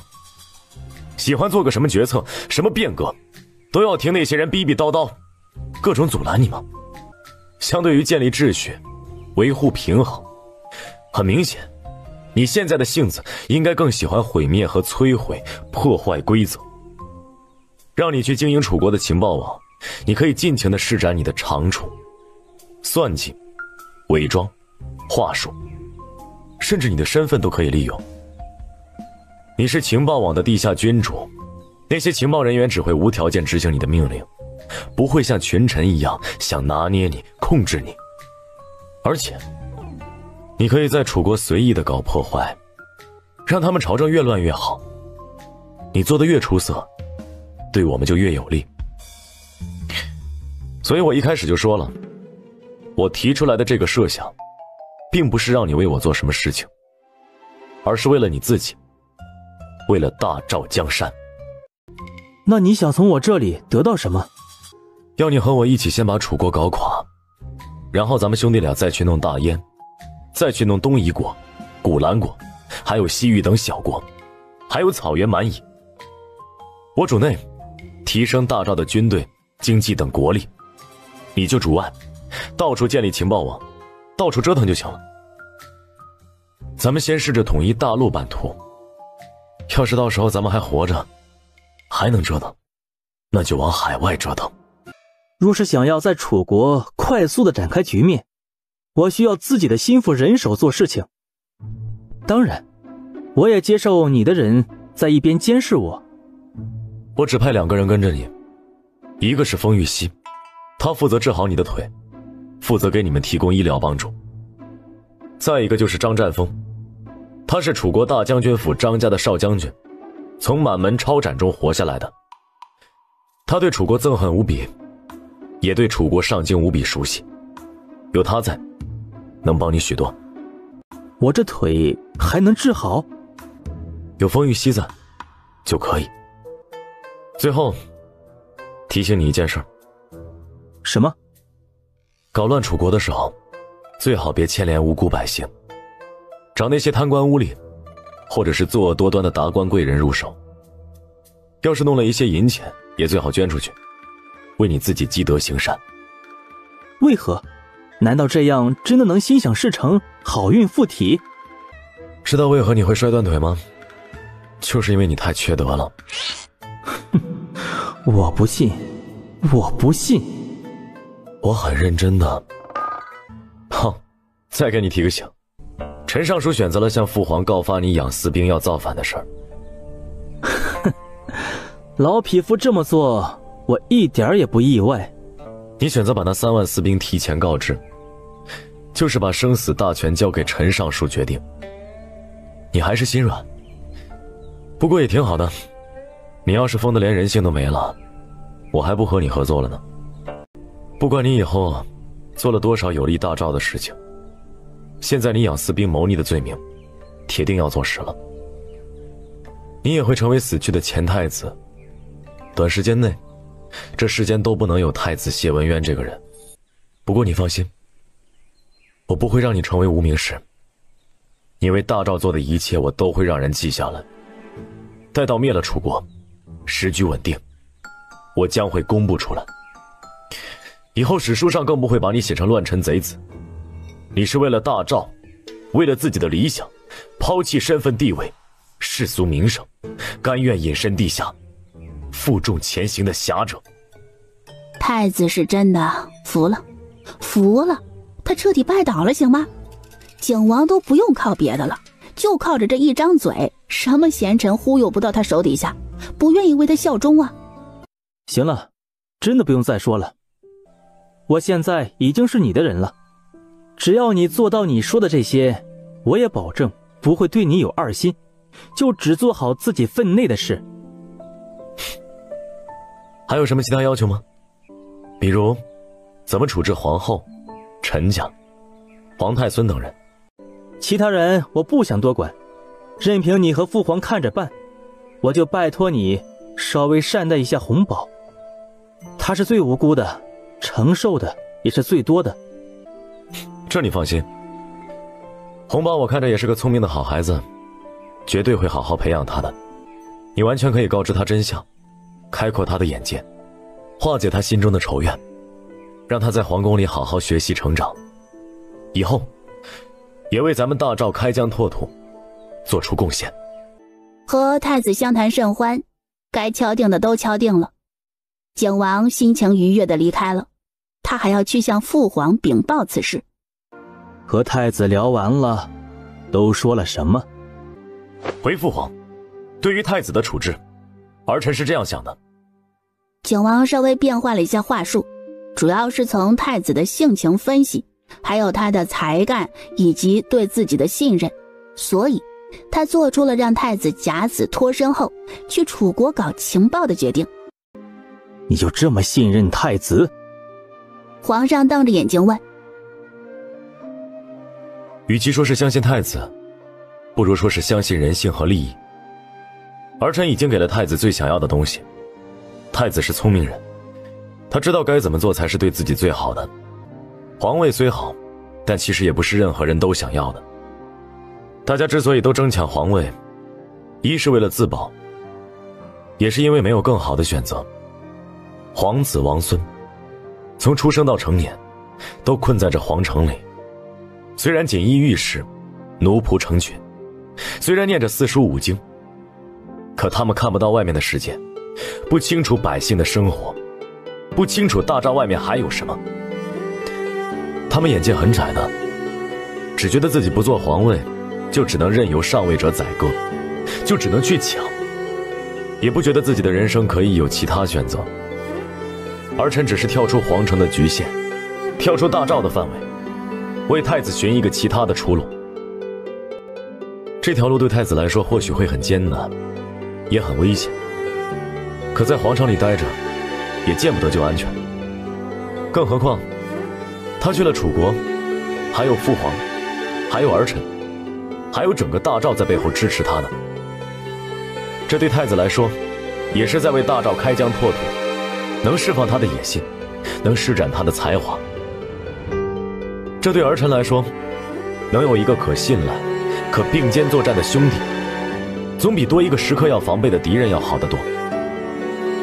儿臣也是看着父皇和皇叔互相扶持，互相信赖，深有感触，才做出这样的决定。儿臣想要和太子效仿您和皇叔，肩并肩共同作战，争取扩大祖宗留下来的基业，如此才不负父皇的期许。好，好，好啊！好，就按照你说的办。你有什么要求尽管提，朕都满足你。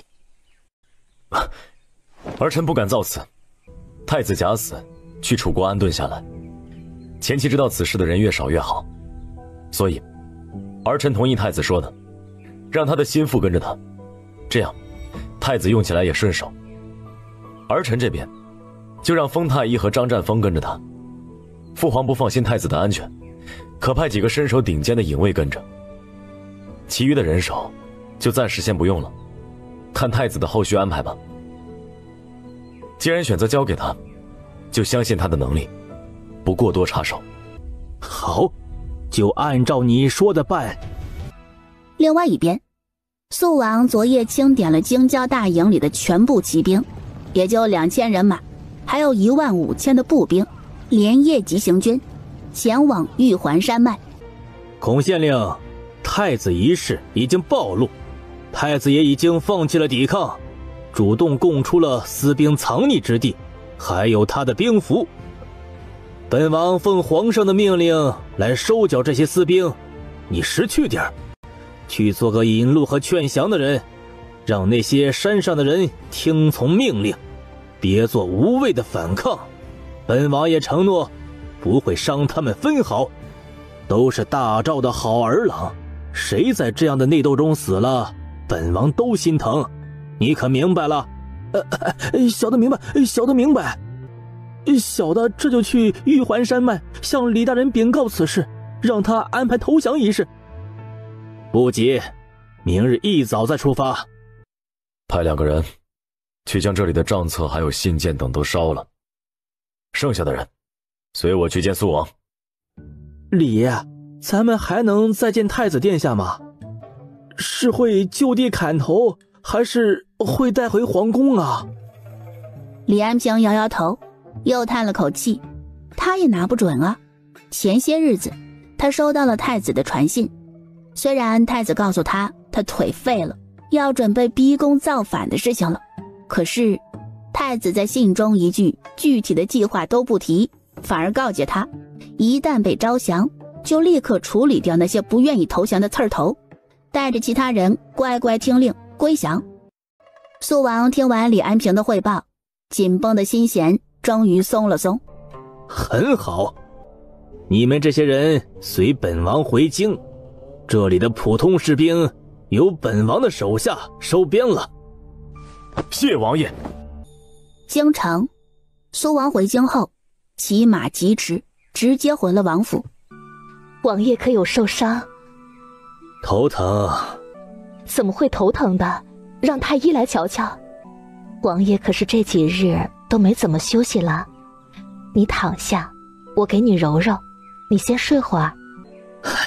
念秋啊，幸亏有你，本王的头痛好多了。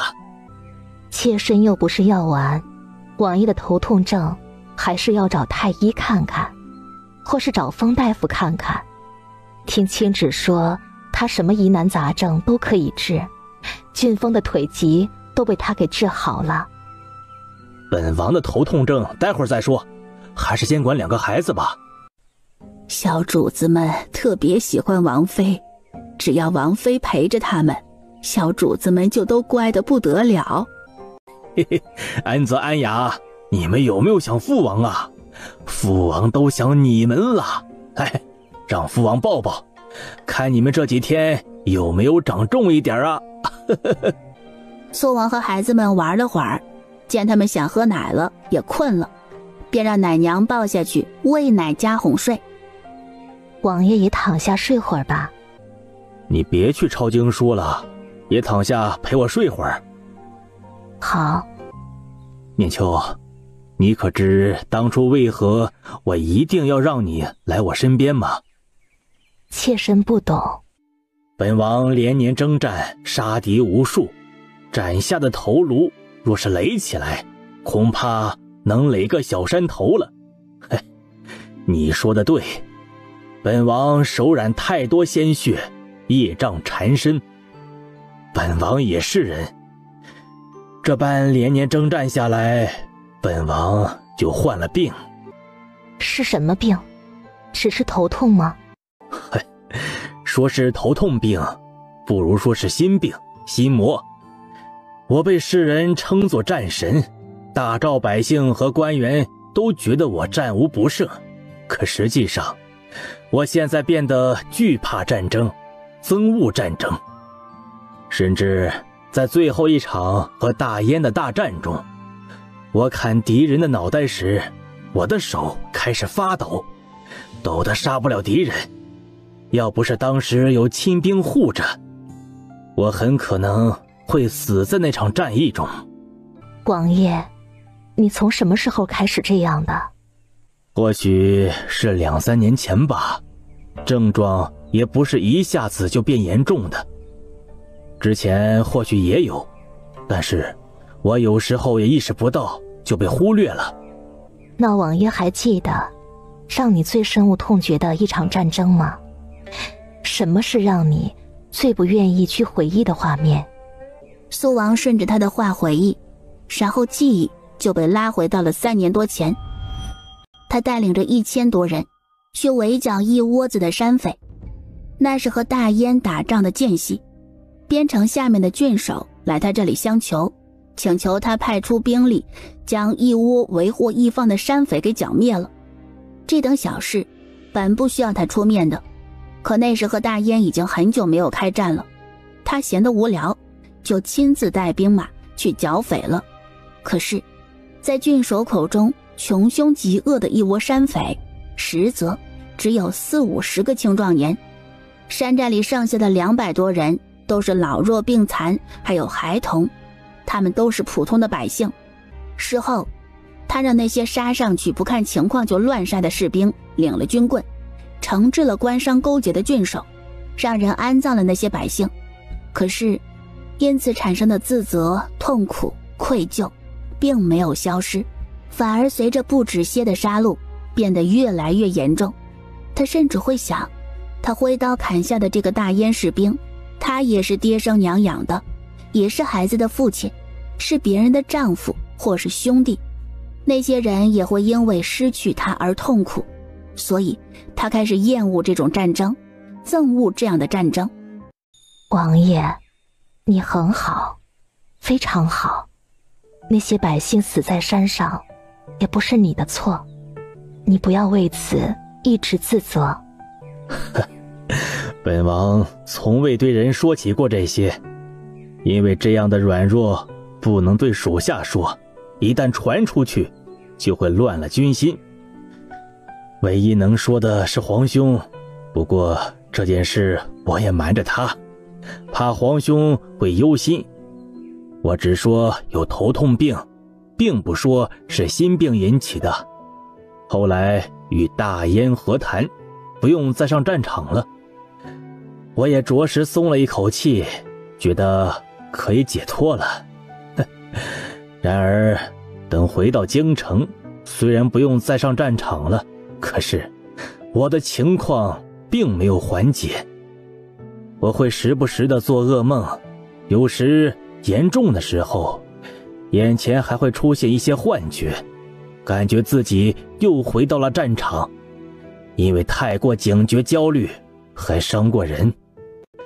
我寻求解决的办法，就去了相国寺，找了因大师询问，希望这位大师真的能解我心中魔障。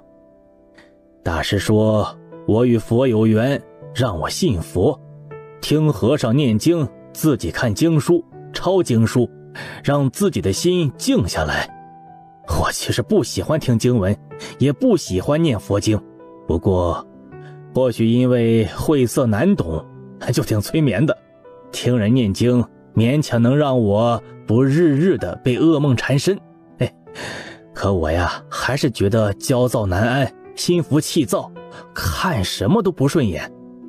有时候啊，心里像有团火在烧，想与人厮杀，想上战场杀敌，有时候又烦闷的觉得什么都没意思。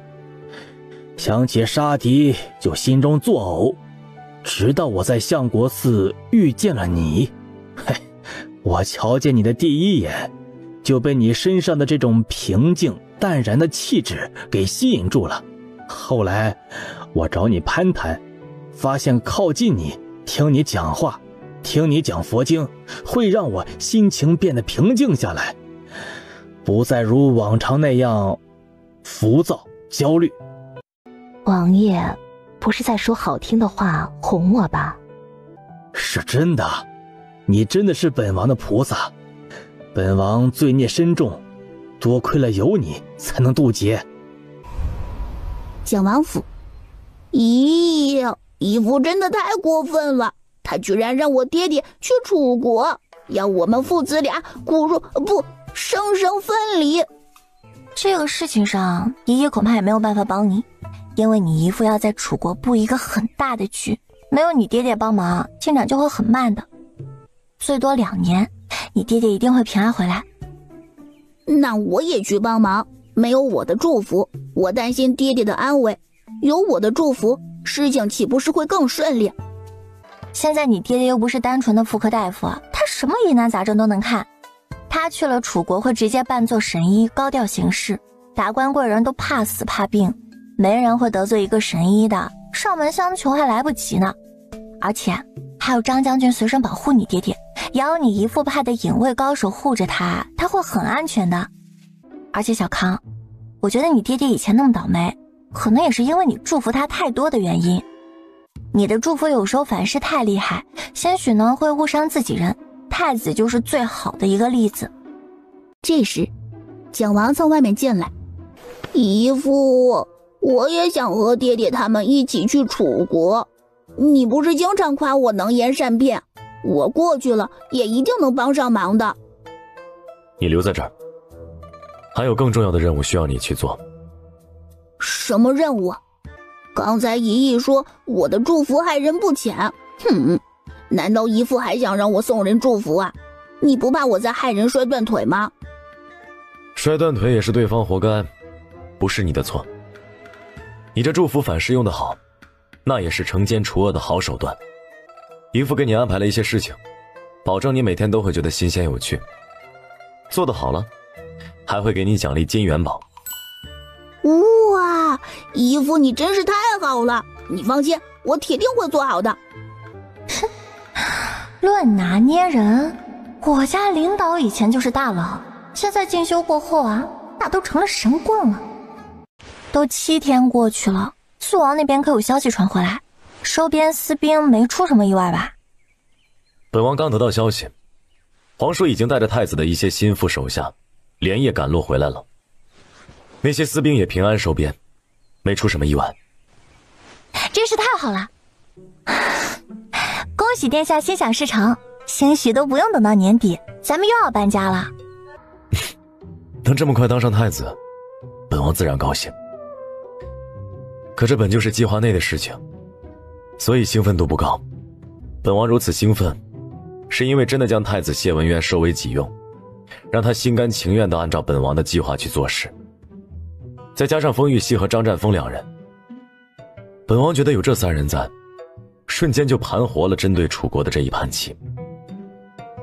想了又想，本王觉得这一步走得极妙，妙极。青青，本王能做到这一步，你功不可没。师傅领进门，修行看个人。是殿下本身就厉害，妾身做的锦上添花都算不上，殿下把功劳算到妾身头上，妾身受宠若惊。哼，青青太谦虚了。毫不夸张地说，本王今天能这么快走到这一步，都是因为你的出现。妾身仔细想了想，自己确实是功不可没。那殿下准备怎么样奖励妾身？本王暂时想不到，现在能给你的都不是你最想要的，所以先压着，等你有想要的奖励也可以找本王要。本王现在觉得青青可是比太子难搞定多了。殿下冤枉人，妾身被殿下拿捏得死死的，明明就最好打发了。本王按照你教导的，刺激太子，就给他上价值论，从他的自我实现的成长需求刺激他。果然，太子很吃这一套。对谢念康，他的需求还很低级，除了给他安全和尊重，花点金元宝就能搞定他。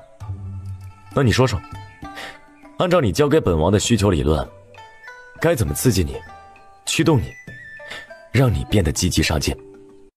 殿下，妾身的基本需求都得到满足了，而且超额实现了。至于自我成长的需求，妾身主打一个闲鱼躺平，不折腾不上位，所以殿下就别把个人价值论那套放在我身上了，那妾身确实是不吃的。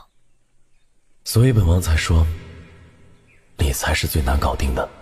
半个月后，京城外的十里亭，父王，你是被冤枉的吗？过来一点儿。父王，为什么呀？以后别叫父王了，我已经是一介庶民，你喊我爹爹就好。爹爹没有被冤枉，爹爹确实养了私兵，做了许多的错事，是你皇爷爷仁慈，也是你景王伯父宽厚，才给了爹爹一条生路。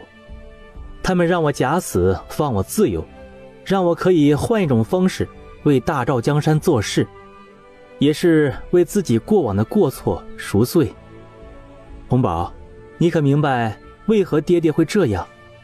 爹爹长话短说，给你讲一讲爹爹的过往，希望在爹爹身上你能学到一些教训，别像我前半生一样活得这么失败。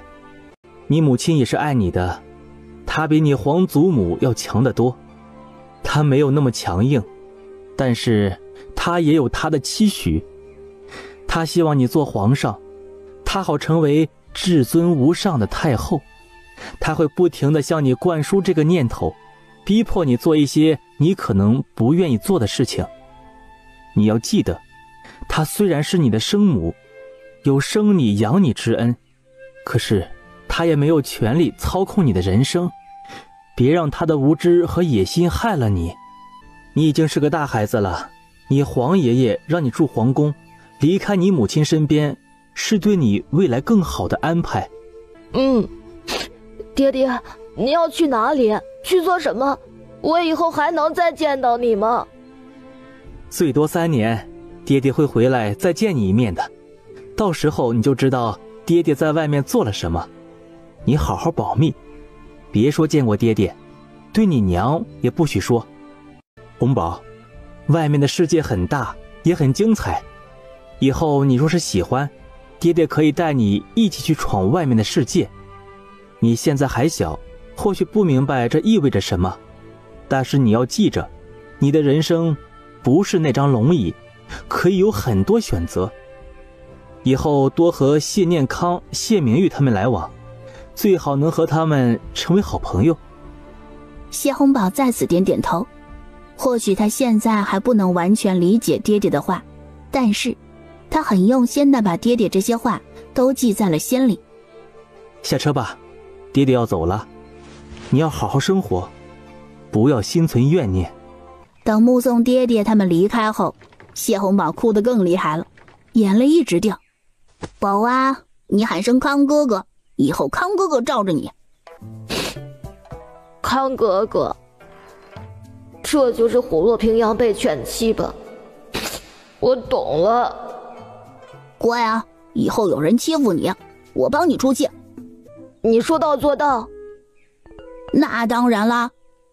送完谢文渊等人，景王带着谢念康回到王府，就被告知大理寺寺卿顾征来求见。顾大人来此，是私事还是公事？是公事，最好还是去王爷的书房去谈。景王微微挑眉，心想，能让顾征主动上门的公事，恐怕不是小事儿。顾大人可以说了。王爷，在下怀疑废太子没有死。哦，何以见得？这是你自己的猜测，还是有切实的证据？还有其他人知道吗？应该没有其他人发现此事，是下官自己发觉的。随即他将发现的疑点说了说。顾章本来也没多想的，只是他给废太子的尸身换衣物时才发现，对方胸口左侧有一块指甲大的胎记。有胎记也没什么，顾章依旧没在意。可他又看了看那人的肤色，就觉得太黑太糙了，这就让他起疑了1-2分。而且之后宫里的内侍就非常快的带走了太子的尸首，快的让他又多了1分计较。那扬州瘦马真的失手杀人了？对。好，那就让他畏罪自杀吧。废太子没死一事，就止于你，不要再闹大了，一应证据都要销毁。殿下知道此事？既然你知道了，那本王也不再瞒你了。景王将谢文渊假死脱身去楚国一事说了，顾章没多说一句话，他只是冲景王跪下磕头表示拜服，然后起身告辞。又过了1个月，皇上就在早朝时宣布了要立景王为皇太子。景王府接了内侍的传旨后，张静怡还有些晕乎乎的。怎么王爷这就成为太子了？也太快了吧。这主要就是因为咱们殿下太优秀啦，得道者多助，失道者寡助。殿下得人心，废太子呢又自掘坟墓，这过程自然也就快了。妾身从现在起就要喊你太子妃了。恭贺太子妃，你现在头顶上可是连正经婆母都没有，这说来呢也是人生一大喜事。那些宫里的娘娘们见到你也只会对你客客气气的，可没资格去训诫你。这样的话以后可别说了，再被旁人听了去也是不好的。我就和太子妃私下开玩笑，也是给你宽心。你现在已经是大赵最尊贵的女子了，不管是对着谁，拿出你的气魄来。若是你那嫡姐再要跟你闹幺蛾子，说什么不敬的话，这次呢咱们都不用再说什么茶言茶语，你就直接让身边的人长你嫡姐的嘴就行。直接打他会不会太嚣张了些？不会，首先你做景王妃时名声口碑很好，获得皇上多次赞誉，地位已经稳固了。现在呢你是太子妃，而且如今皇后也没了，皇上估计着也不会再立皇后，你的身份地位比那先太子妃时还要更尊贵了几分。你的嫡姐若还是拎不清，你直接让人动手管教，不是你嚣张，是你在维护皇家脸面，谁都挑不出一个错出来。你要是这时候还要退让，那反而会让人觉得你没有太子妃的威仪。听清旨的意思，他之前还要藏着掖着，要温和大度，可是现在似乎不太需要了，而是要威仪威严。太子妃，1年前你刚成为景王妃的时候，你觉得你要依靠娘家，需要他们做你的后盾，你不好和嫡母嫡姐去撕破脸，所以我教你一些茶言茶语，主要呢是噎死他们，让他们自己憋屈。现在就可以撕破脸了？太子妃，没有特别大的意外，殿下一定会成为皇上的，那么你和娘家的关系就要发生重要的改变，你不能再想着依附他们了，给足他们脸面和好处，更不能想着发生事情时让他们给你撑腰。太子妃，你瞧瞧刚被抄家流放的陈家，就是一个现成例子。纵观历史，因为有不少外戚专政一事，皇上便会下意识防备这一块。纵然是有些皇上完全靠着岳家登上皇位，一旦坐稳了位置，只要脑子不傻的，有能力的都会翻脸不认人，想着削弱外戚势力。所以太子妃你也要摆正态度，娘家的事再不是你的私事，而是朝堂事，交给殿下去处理。你的娘家不再是你的倚仗，而是你要约束的对象，让他们别成为你的拖累。你依靠的是儿子，仰仗的也不是皇上夫君，而是礼法规矩。你是正妻，是皇后，只要你不犯错，皇上就不能废了你，大臣们也都会站在你这边，因为他们要维护正统。所以对待娘家的人，你也不必再用软和的态度，而是要摆出皇家威严，让他们清楚自己的臣子地位。青芷，你又给我上了至关重要的一课。青芷，谢谢你。若没有你这一席话，我可能要走不少弯路才能弄明白这里面的道理。还可能会犯错，会让殿下对我失望。太子妃也不要妄自菲薄，你现在已经非常厉害，做事游刃有余，殿下也时常夸赞你呢。当天下午，镇国公夫人孙氏就带着出嫁的嫡女张芙蓉来了景王府。瞧着姐姐瞪着眼睛恨恨地看着本太子妃的样子，真是一点长进都没有，还是那么任性无脑啊。你抢了我的好婚事，你当上了太子妃你就开始嚣张了，你就忘记你小时候在我身边当哈巴狗的样子了。放肆！周嬷嬷，给我张嘴！老奴遵命。周嬷嬷激动地上前，左右开弓，朝着张芙蓉的脸上打去，啪啪啪啪啪，用足了手劲儿。她要替主子把这些年受的委屈都打回来。太子妃，饶命啊！你打死我好了，我看你今天能不能打死我。母亲，你要是不能让他安静下来，我就要出手了。你想死就自己去死，别拖累家里。娘，你给我闭嘴！都怪我没有把你教养好，让你任性又无知，让你以为都是自家姐妹就还可以肆意妄为，觉得吵两句嘴而已，吵过也就过了。从今天起，你给我记住，面前的人不是你的姐妹了，她是尊贵的太子妃，是咱们的主子。你任何的冒犯都是在伤皇家颜面，是给家族招祸。你立刻给太子妃磕头认错，请求她原谅你，否则你就在这一直跪着吧，直到太子妃让你起来。行了，母亲，你回去后想怎么教导她都行，就别在本太子妃这里闹腾了。今天你能来这里祝贺我，我很高兴，你的心意我也看到了，听到了。希望以后你也能如今天这般清醒，因为太子殿下的心硬得很，你们要是犯了错，他可不像当今皇上那般心慈手软。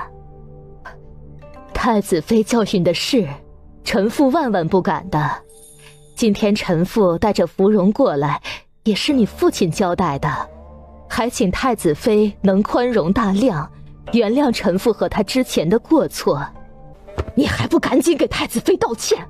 你是不是真想死啊？你想想你那几个孩子，你还想不想他们以后好了？太子妃，臣妇错了，请你原谅。行了，起来吧。孙氏和张芙蓉出了景王府，让娘看看。哎呦，这脸肿得这么厉害，回去后要用冰块敷一敷。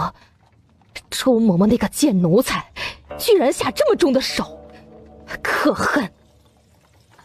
娘，我好后悔，要是能重来一次，我一定不会让张静怡替嫁。要是能重来该有多好。看开点儿吧，你别觉得她是太子妃，尊贵得很，她府里还有个厉害的侧妃呢。都说太子独宠叶侧妃，张静怡的日子也不好过。我若是太子妃，他就算独宠又如何？我私下弄死他，他才能休了我不成？张芙蓉叫嚣着。孙氏傻了，她这个闺女啊，真的是没脑子。她现在反而不后悔了，要是闺女嫁给景王，可能命已经没了。当天，叶青芷也收到了丰盛雪递来的帖子，说是要向她来请安。见过叶侧妃。哎，嫂子，你都有身孕了，还跪什么跪？快安心坐下吧。孕吐可还严重？谢谢侧妃关心，这已经4个月了，就好多了，不怎么吐了。昨天公爹听说封太子一事之后，就高兴得不得了，他立刻准备了10万两银票，要给侧妃送过来。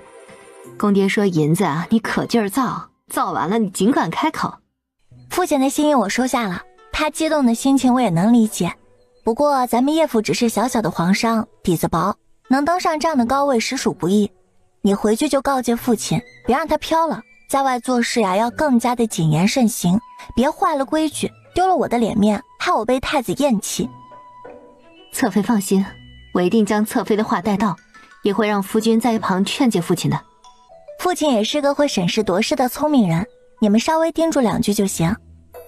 父亲一直不续弦，身边只有一个姨娘伺候着，这也不是事儿。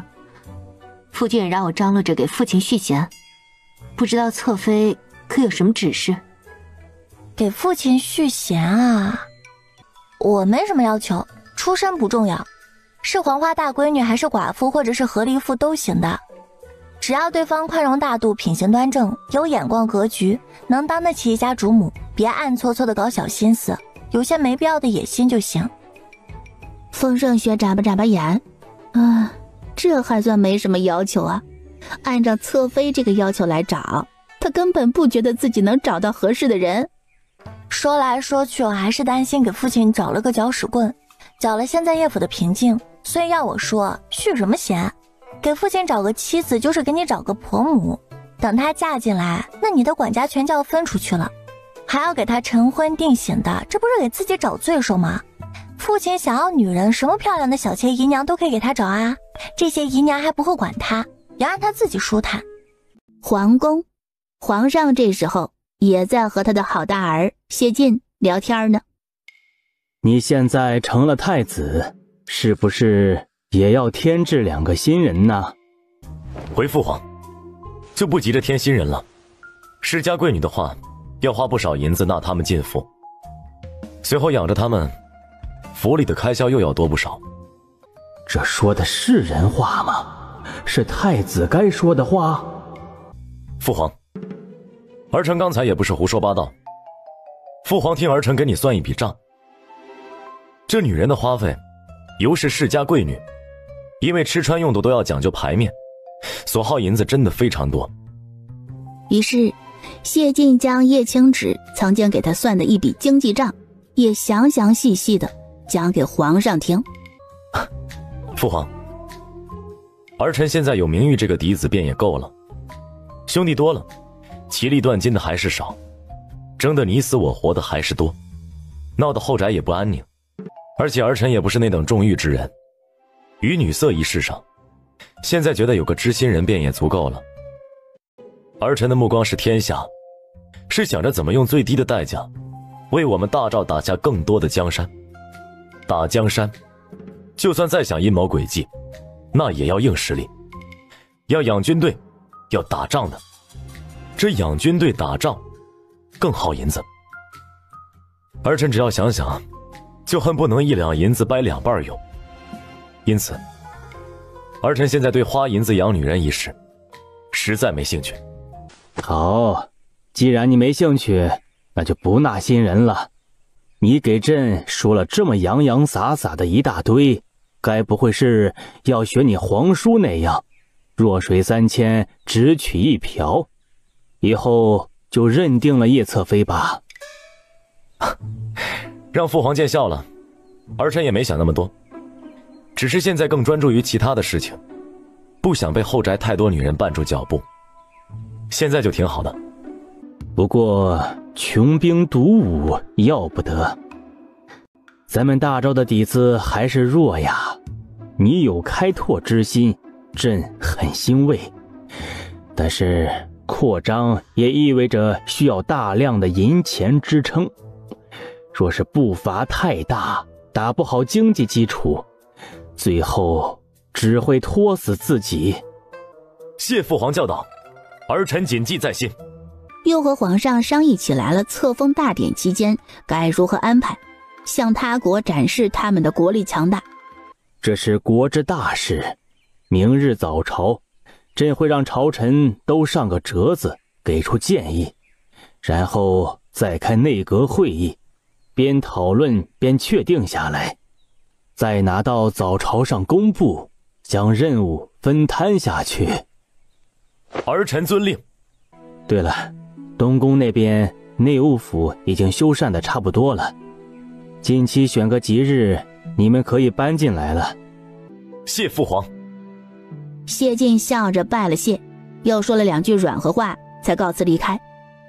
殿下回来了。青青这2日又把规矩给捡起来了。毕竟殿下如今是太子了，身份更贵重了。妾身觉得一些表面功夫还是要的，尤其是在外人面前，不能让人抓到错处。妾身之前就是被殿下惯得太懒散了，等习惯成自然，去了皇宫出了错，被人拿捏了，到时候想哭就晚了。谁能拿捏你？孤宠着你，太子妃也不在意。去了东宫，于是你想怎么舒服怎么来。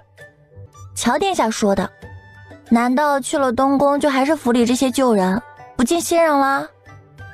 刚才父皇也问姑要不要添哪个新人，姑直接就拒绝了。姑又不需要拉拢他们背后的势力，又不图他们的美色，又不图他们生孩子，估计他们也没那个眼界和学识为姑出谋划策，所以姑费那个银子养他们做什么？还不如把银子用在别处呢。殿下你变了，你以前好像不是这个样子的。青青，你怎么不夸姑做得好啊？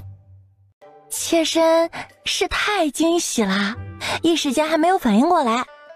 府里不尽信任真是太好了，这样不仅没人来和妾身抢殿下，妾身也不用太守规矩做样子，依旧能够活得自在随心。要是真的进来几个世家贵女，后宅铁定会出很多的事情，还可能有陷害和争斗，妾身想想就心累。殿下，妾身现在觉得你整个人的胸襟、眼界、思维格局，那都提升了不止一个档次。而且殿下，你知道你最有魅力、最厉害的地方在哪儿吗？在哪里？是你有不断进取、不断学习、十分开放、不拘一格的做事态度。这样的你真的是太有魅力了，妾身觉得十分的荣幸，能在你身边有一席之地，能这样一直陪着你，看你开疆拓土，看你征服天下，看你一点点的改变这个世界，看你让天下百姓过上富足安乐的生活。哎呀，他可真是太会说话了，太懂得拿捏他了。谢晋单方面宣布，不管他这话有几分真心，他都当作是对他的认可和告白了。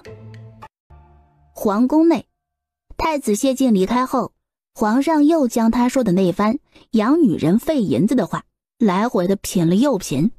哎，是挺有道理的啊。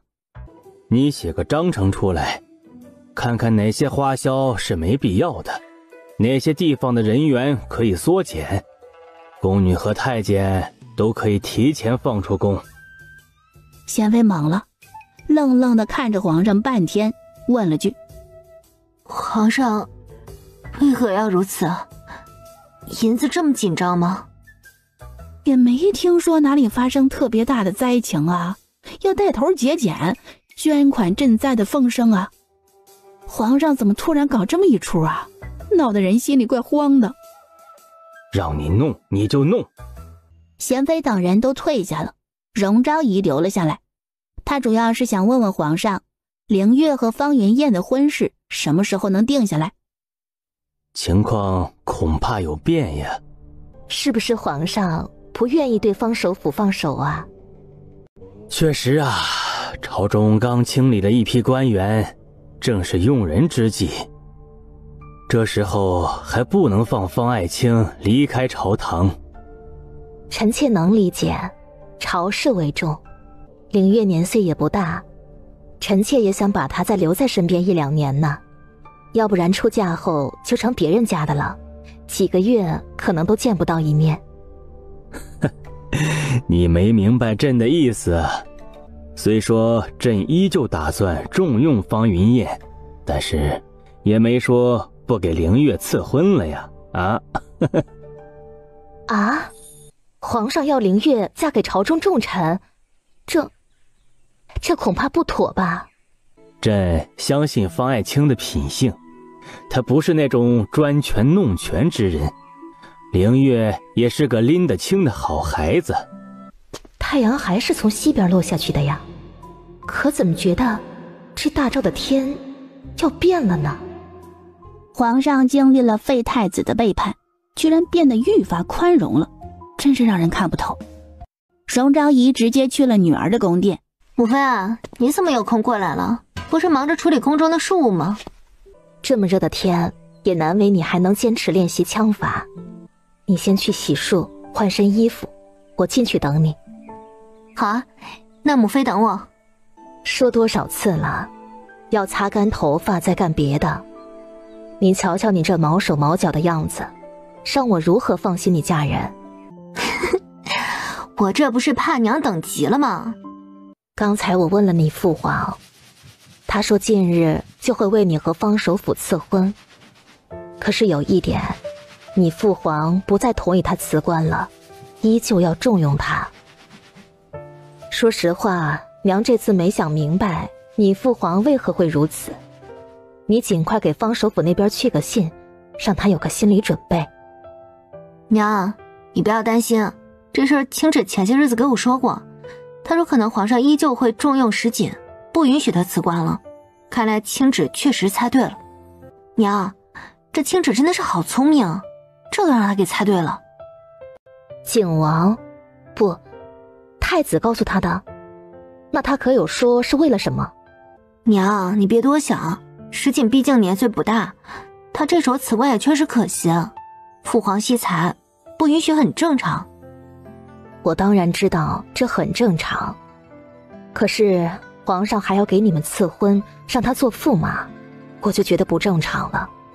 这事儿啊，我也问过青芷，他说有太子全力举荐和相信石锦，石锦再多个驸马的身份，父皇也不那么在意了。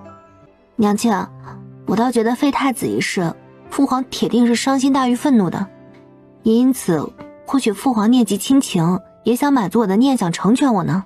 也是，皇上虽然是君主，可也是你的父亲，他铁定也想看到你能嫁个好人家，能与夫君情投意合，过得幸福。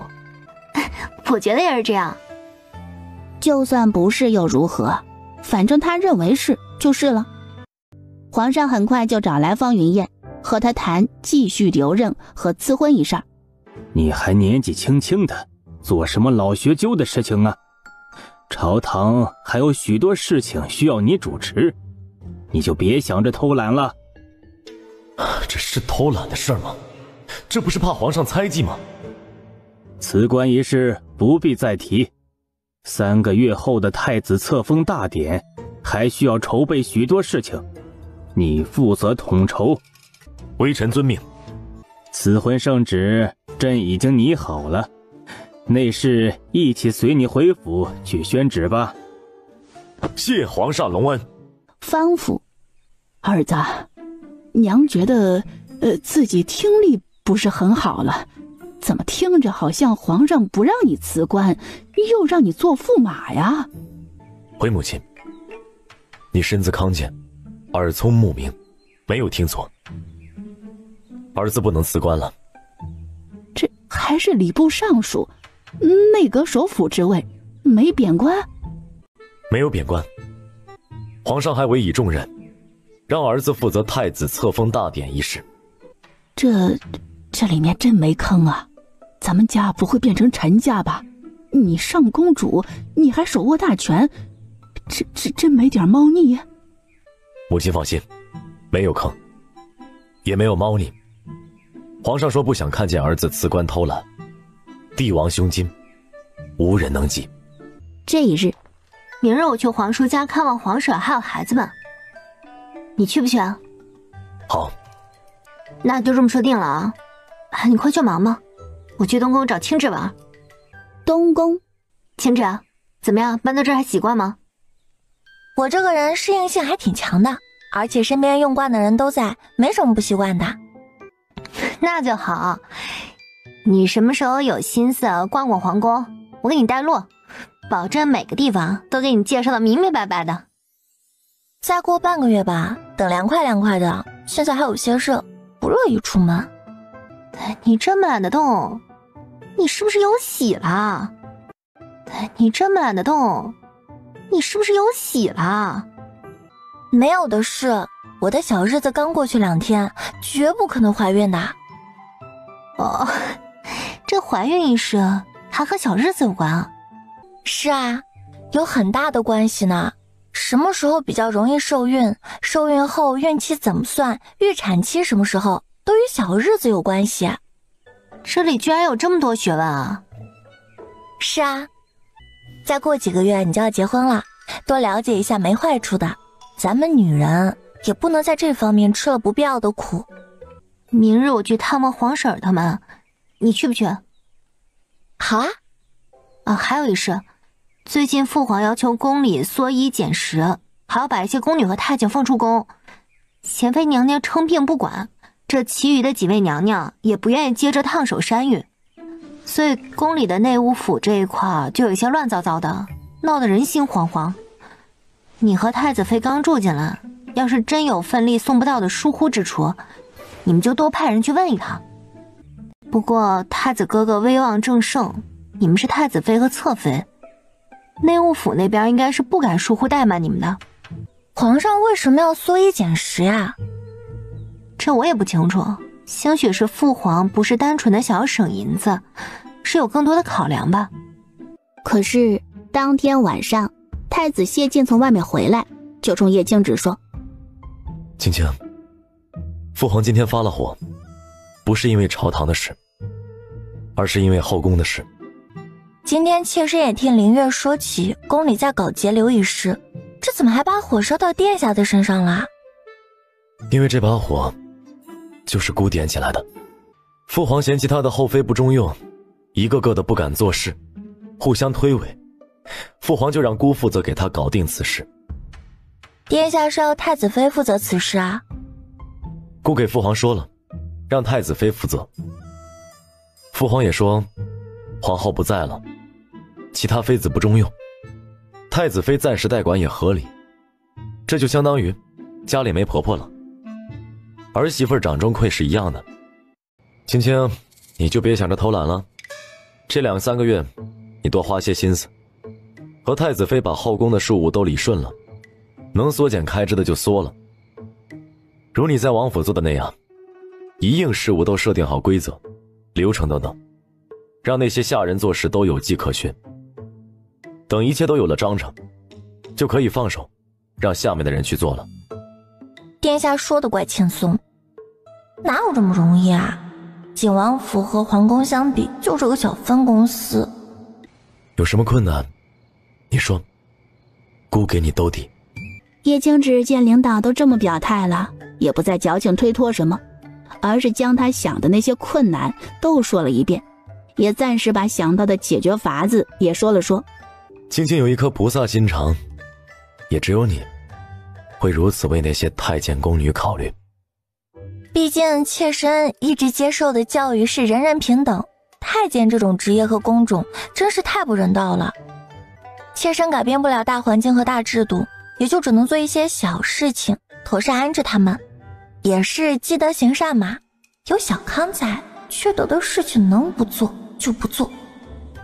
翌日，太子妃见到叶青芷，就冲她苦笑着自嘲：青芷，我这才当上太子妃没1个月呢，这后宫中馈大权就握在手里了。恐怕历朝历代都没有我这么有福气、有权势的太子妃了。我以为能嫁给太子，就能遇见你，就已经消耗光了我人生中全部的好运了。没想到啊，我这运道不止于此，还有余韵呢。瞧，都提前当上后宫之主了。太子妃，机遇和风险总是并存的。虽然整顿后宫的开支和人员是个烫手山芋，可这做得好的，那也能一下子就奠定了您在后宫的至高地位。这我清楚，所以我也只是觉得压力大的失眠了一夜，但没想着推脱出去。青芷，你得帮帮我，没有你，我自己是没法完成这件事儿的。只有你帮我，我才有底气、有信心去做好这件事儿。你放心，得罪人的事情我来承担，你在背后指点我怎么做就好了。若不是得罪人的事儿，功劳我更不会抹了你去。太子妃放心，我会全力帮你的，你也别慌乱。咱们在王府是做过此类事情的，你也是有经验的，只是宫里面情况变得复杂了一些，那也不用怕，咱们抓住主要的矛盾，慢慢拆解，一步步来，把复杂的问题简单化。好，你说该怎么弄？咱们第一步要做什么？皇上要整顿后宫，一是要求动一动各位娘娘的分力，削减不必要的开支；二呢是要求优化宫里的人员，把一些太监宫女放出宫去。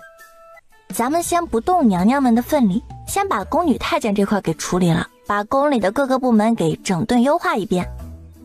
好，那些娘娘毕竟也是长辈，我确实不好一上来就动他们。太子妃，你不要觉得面对他们矮一头，他们虽然是品级不低的正妃娘娘，可不是你的婆母，也辩证不了太后。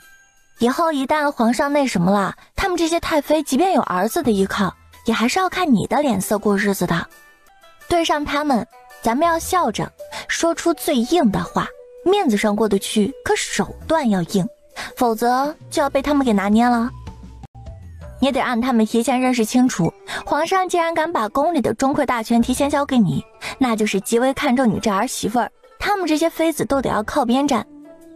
要动宫里的各大部门和太监宫女这块，咱们要师出有名，先给自己立一个好名声，然后确保名副其实的做到给这些太监宫女切实的保障。比如说放宫女太监出宫是皇恩浩荡，放他们出宫嫁人或是与家人团聚，可不就是为了缩减开支？因此为了证明这一点，最基础的按照他们入宫的年限给他们一笔遣散费，在宫外设立一个专门的安置机构，负责给他们做各种引导和扶持，比如为了他们提供回家服务，找寻亲人，比如不想回到亲人身边的，想留在京城的，提供再就业支持，若遭遇冤屈可直接来安置机构投诉，不用去衙门等报案等等。有遣散费，还专门设立机构帮他们回乡找亲人，就凭这2点，那些出宫的太监宫女就不会抵触了。这还不够，因为有一些人呢可能不会被亲人接纳，因此若是殿下和皇上同意，我决定以皇家的名义开一些庄园，对外营业赚钱，让出宫的这些宫女太监在里面工作，也是给他们提供一个容身之所。啊？什么庄园？怎么赚钱？比如皇家礼仪园，可以提供礼仪培训的地方，一些想学习礼仪的世家小姐都可以花银子送到这里来，只要宣传，凡是在礼仪园上过学的贵女，在说亲时能高人一等，那些世家铁定都会争着把闺女送进来镀金，还要争着抢着送银子。除了礼仪园，还可以开办主母培训班，教导如何管家，如何经营产业，以及为已婚贵夫人提供美容养生的庄园，或是专门承办各种宴会的庄园，比如你想办什么宴会都可以来庄园，提前预定场地和服务，绝对比你自己在家里办宴会时省钱省心省力，还能有面子，还能避免各种阴谋诡计陷害。太子妃，咱们反正就是以各种名目打着皇家出品必是精品的旗号，让那些世家贵女都心甘情愿的来庄园掏银子镀金，提升所谓的逼格。张静怡确定了，就是要把这些高门大户当成肥羊一样宰了又宰。只是这确定不会损失皇家威严吗？损失皇家威严？不存在的。这事儿呢，就看你怎么往外讲故事搞宣传啦。你说这是皇家体恤朝天大臣的手段也行啊，比如说一位朝天大臣要过生辰了，因为他政绩不错，皇上奖励他可以在咱们的皇家庄园办生辰宴，还不需要自己掏银子，顿时有面子了吧，还省了一大笔银子啊，就类似于皇上的关怀和赏赐，哪有损失皇家威严啦？这是皇恩浩荡啊。周嬷嬷，赶紧拿笔墨过来，我要记下来。晴芷，你继续说，都是这些赚钱的法子，开源节流，做好开源了，节流做得怎么样，皇上也就不在意了。太子妃，你也是大佬了。1天之后，皇上的桌案上面多了一份特殊的折子，是太子妃写的，由谢晋递上来的。朕忽然觉得以叶氏之才，让他待在内宅有点可惜了。他这些皇家庄园一起开起来，感觉朕的钱袋子又能鼓起来不少啊。啊，对了，也可以弄一个专门招待外界使臣的庄园。虽然现在也有，可是觉得不太好，让叶氏设计设计，也从这些使臣手中多掏些银子。谢晋好笑地应下来：父皇是掉钱眼里去了吗？一国之君的气度呢？古兰国，圣上，大赵的信使到了。大赵邀请我们派出使臣参加他们太子的册封大典。哦，大赵太子换成谁了？是去年才认回来的景王。景王？回圣上，根据我们的探子回报，景王被认回以后，一直很受大赵皇上的器重，与手握兵权的肃王更是关系亲密。景王本身也能力出众，做出了不少亮眼的政绩，其中他倡导的捐赠礼品和钱粮，可以积德获好运一事，成功从高门大户中搜刮了不少钱财，让大赵国库变得充盈起来。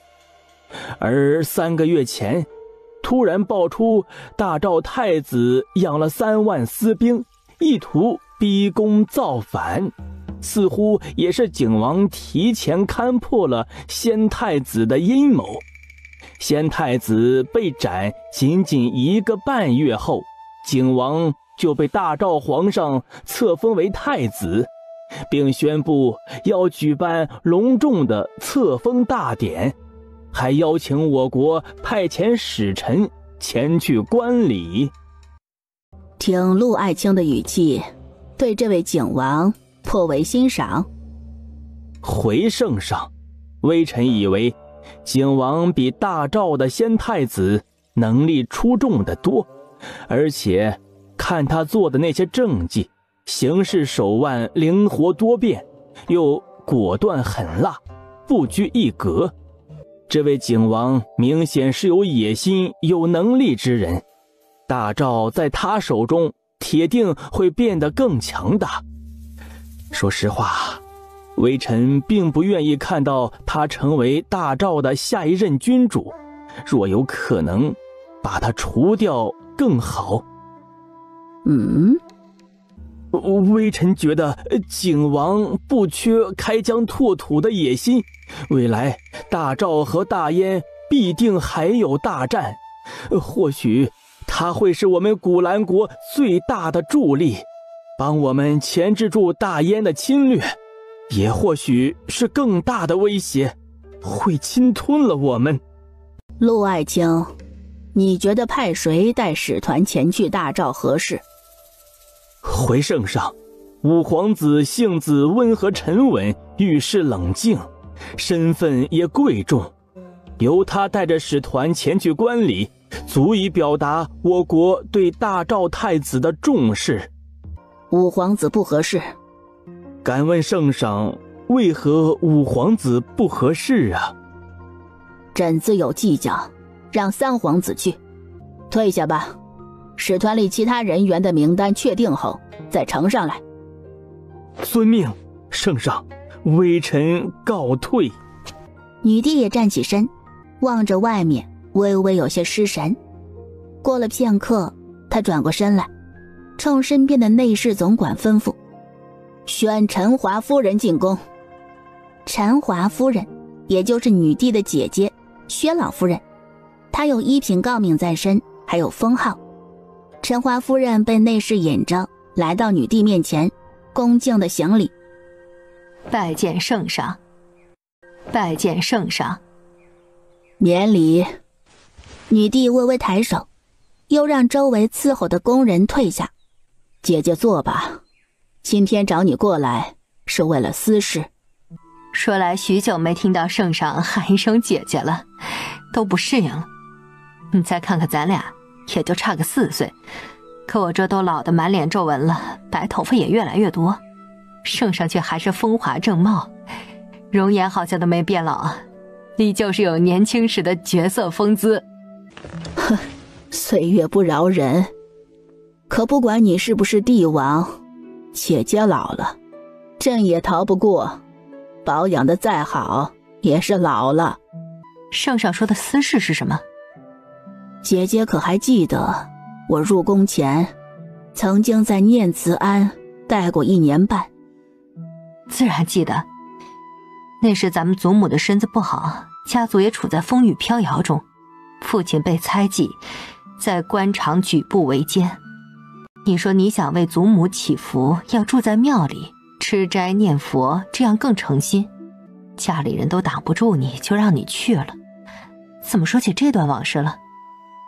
我当初去庙里不是去祈福的，是去生孩子了。啊？我当年生下一个男孩，因为我本就没有成婚的心思，本来想着用别的名义记在自己名下，一直养在身边。可是后来家族有灭门危机，父亲要让我入宫为后救家族，我只好将孩子送走了。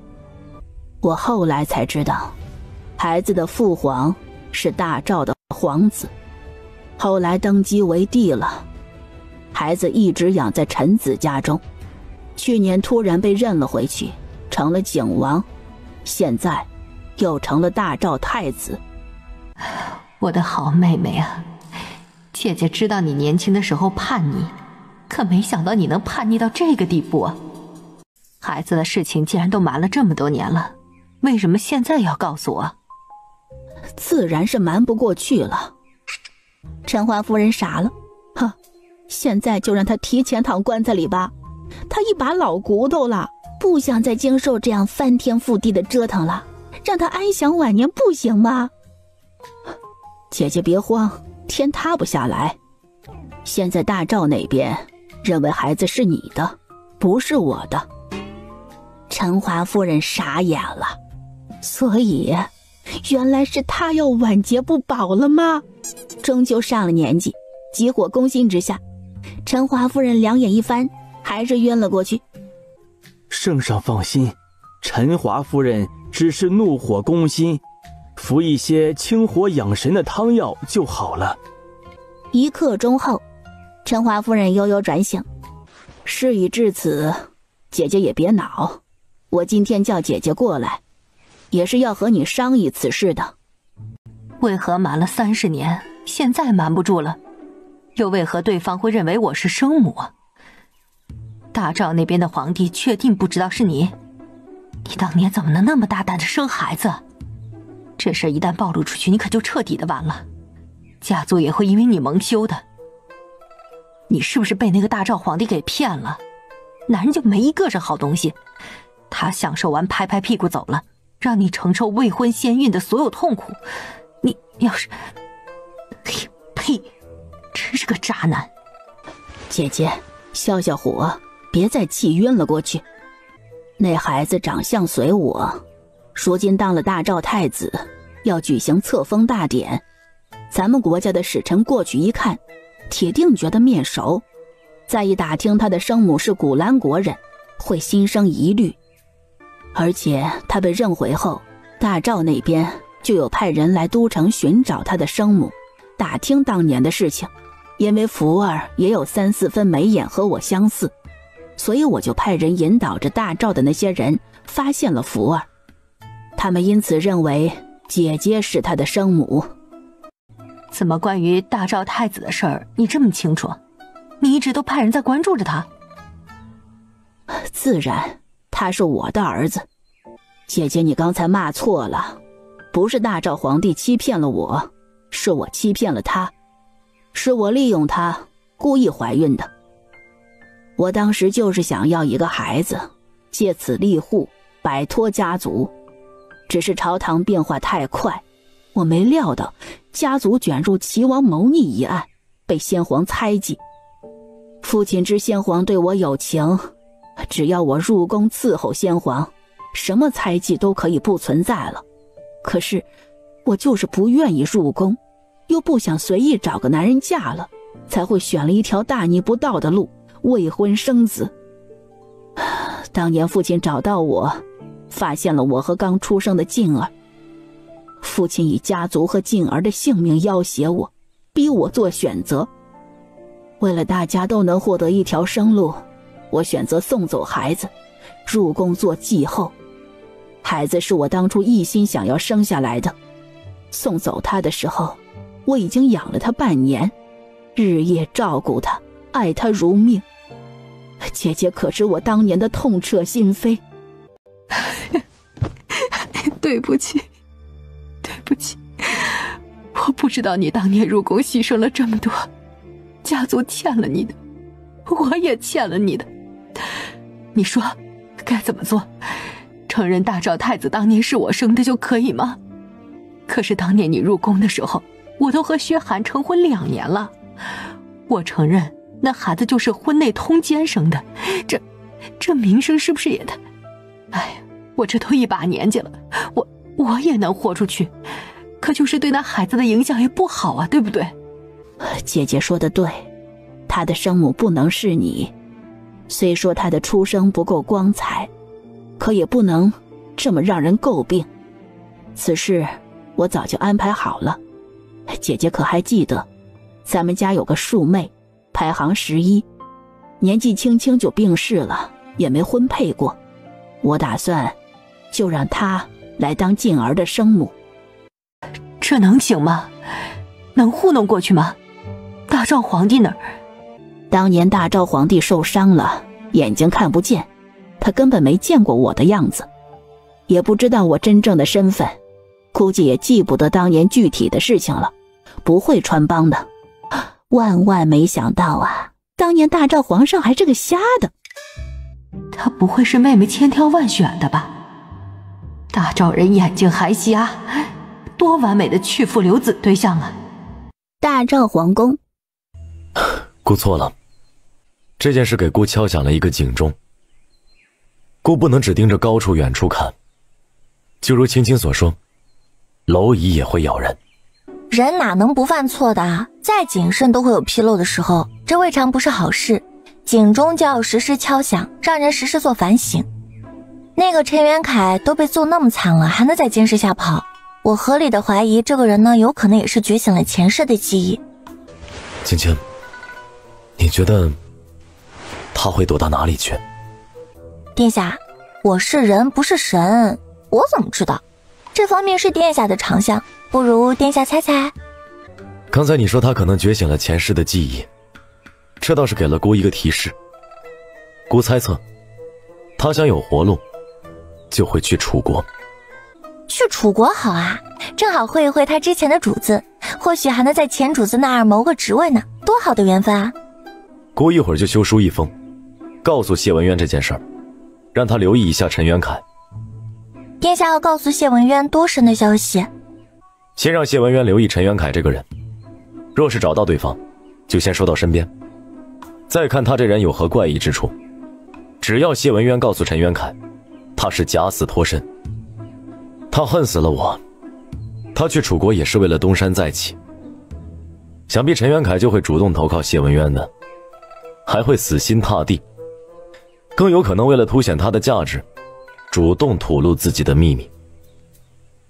如此一来，我们还能从陈元凯口中得知前世后面到底发生了什么。叶青之眨巴眨巴眼，领导这是非得榨干人家的最后一丝利用价值才算完呀。这资本家的嘴脸真是越来越熟悉了，不过物尽其用也没毛病。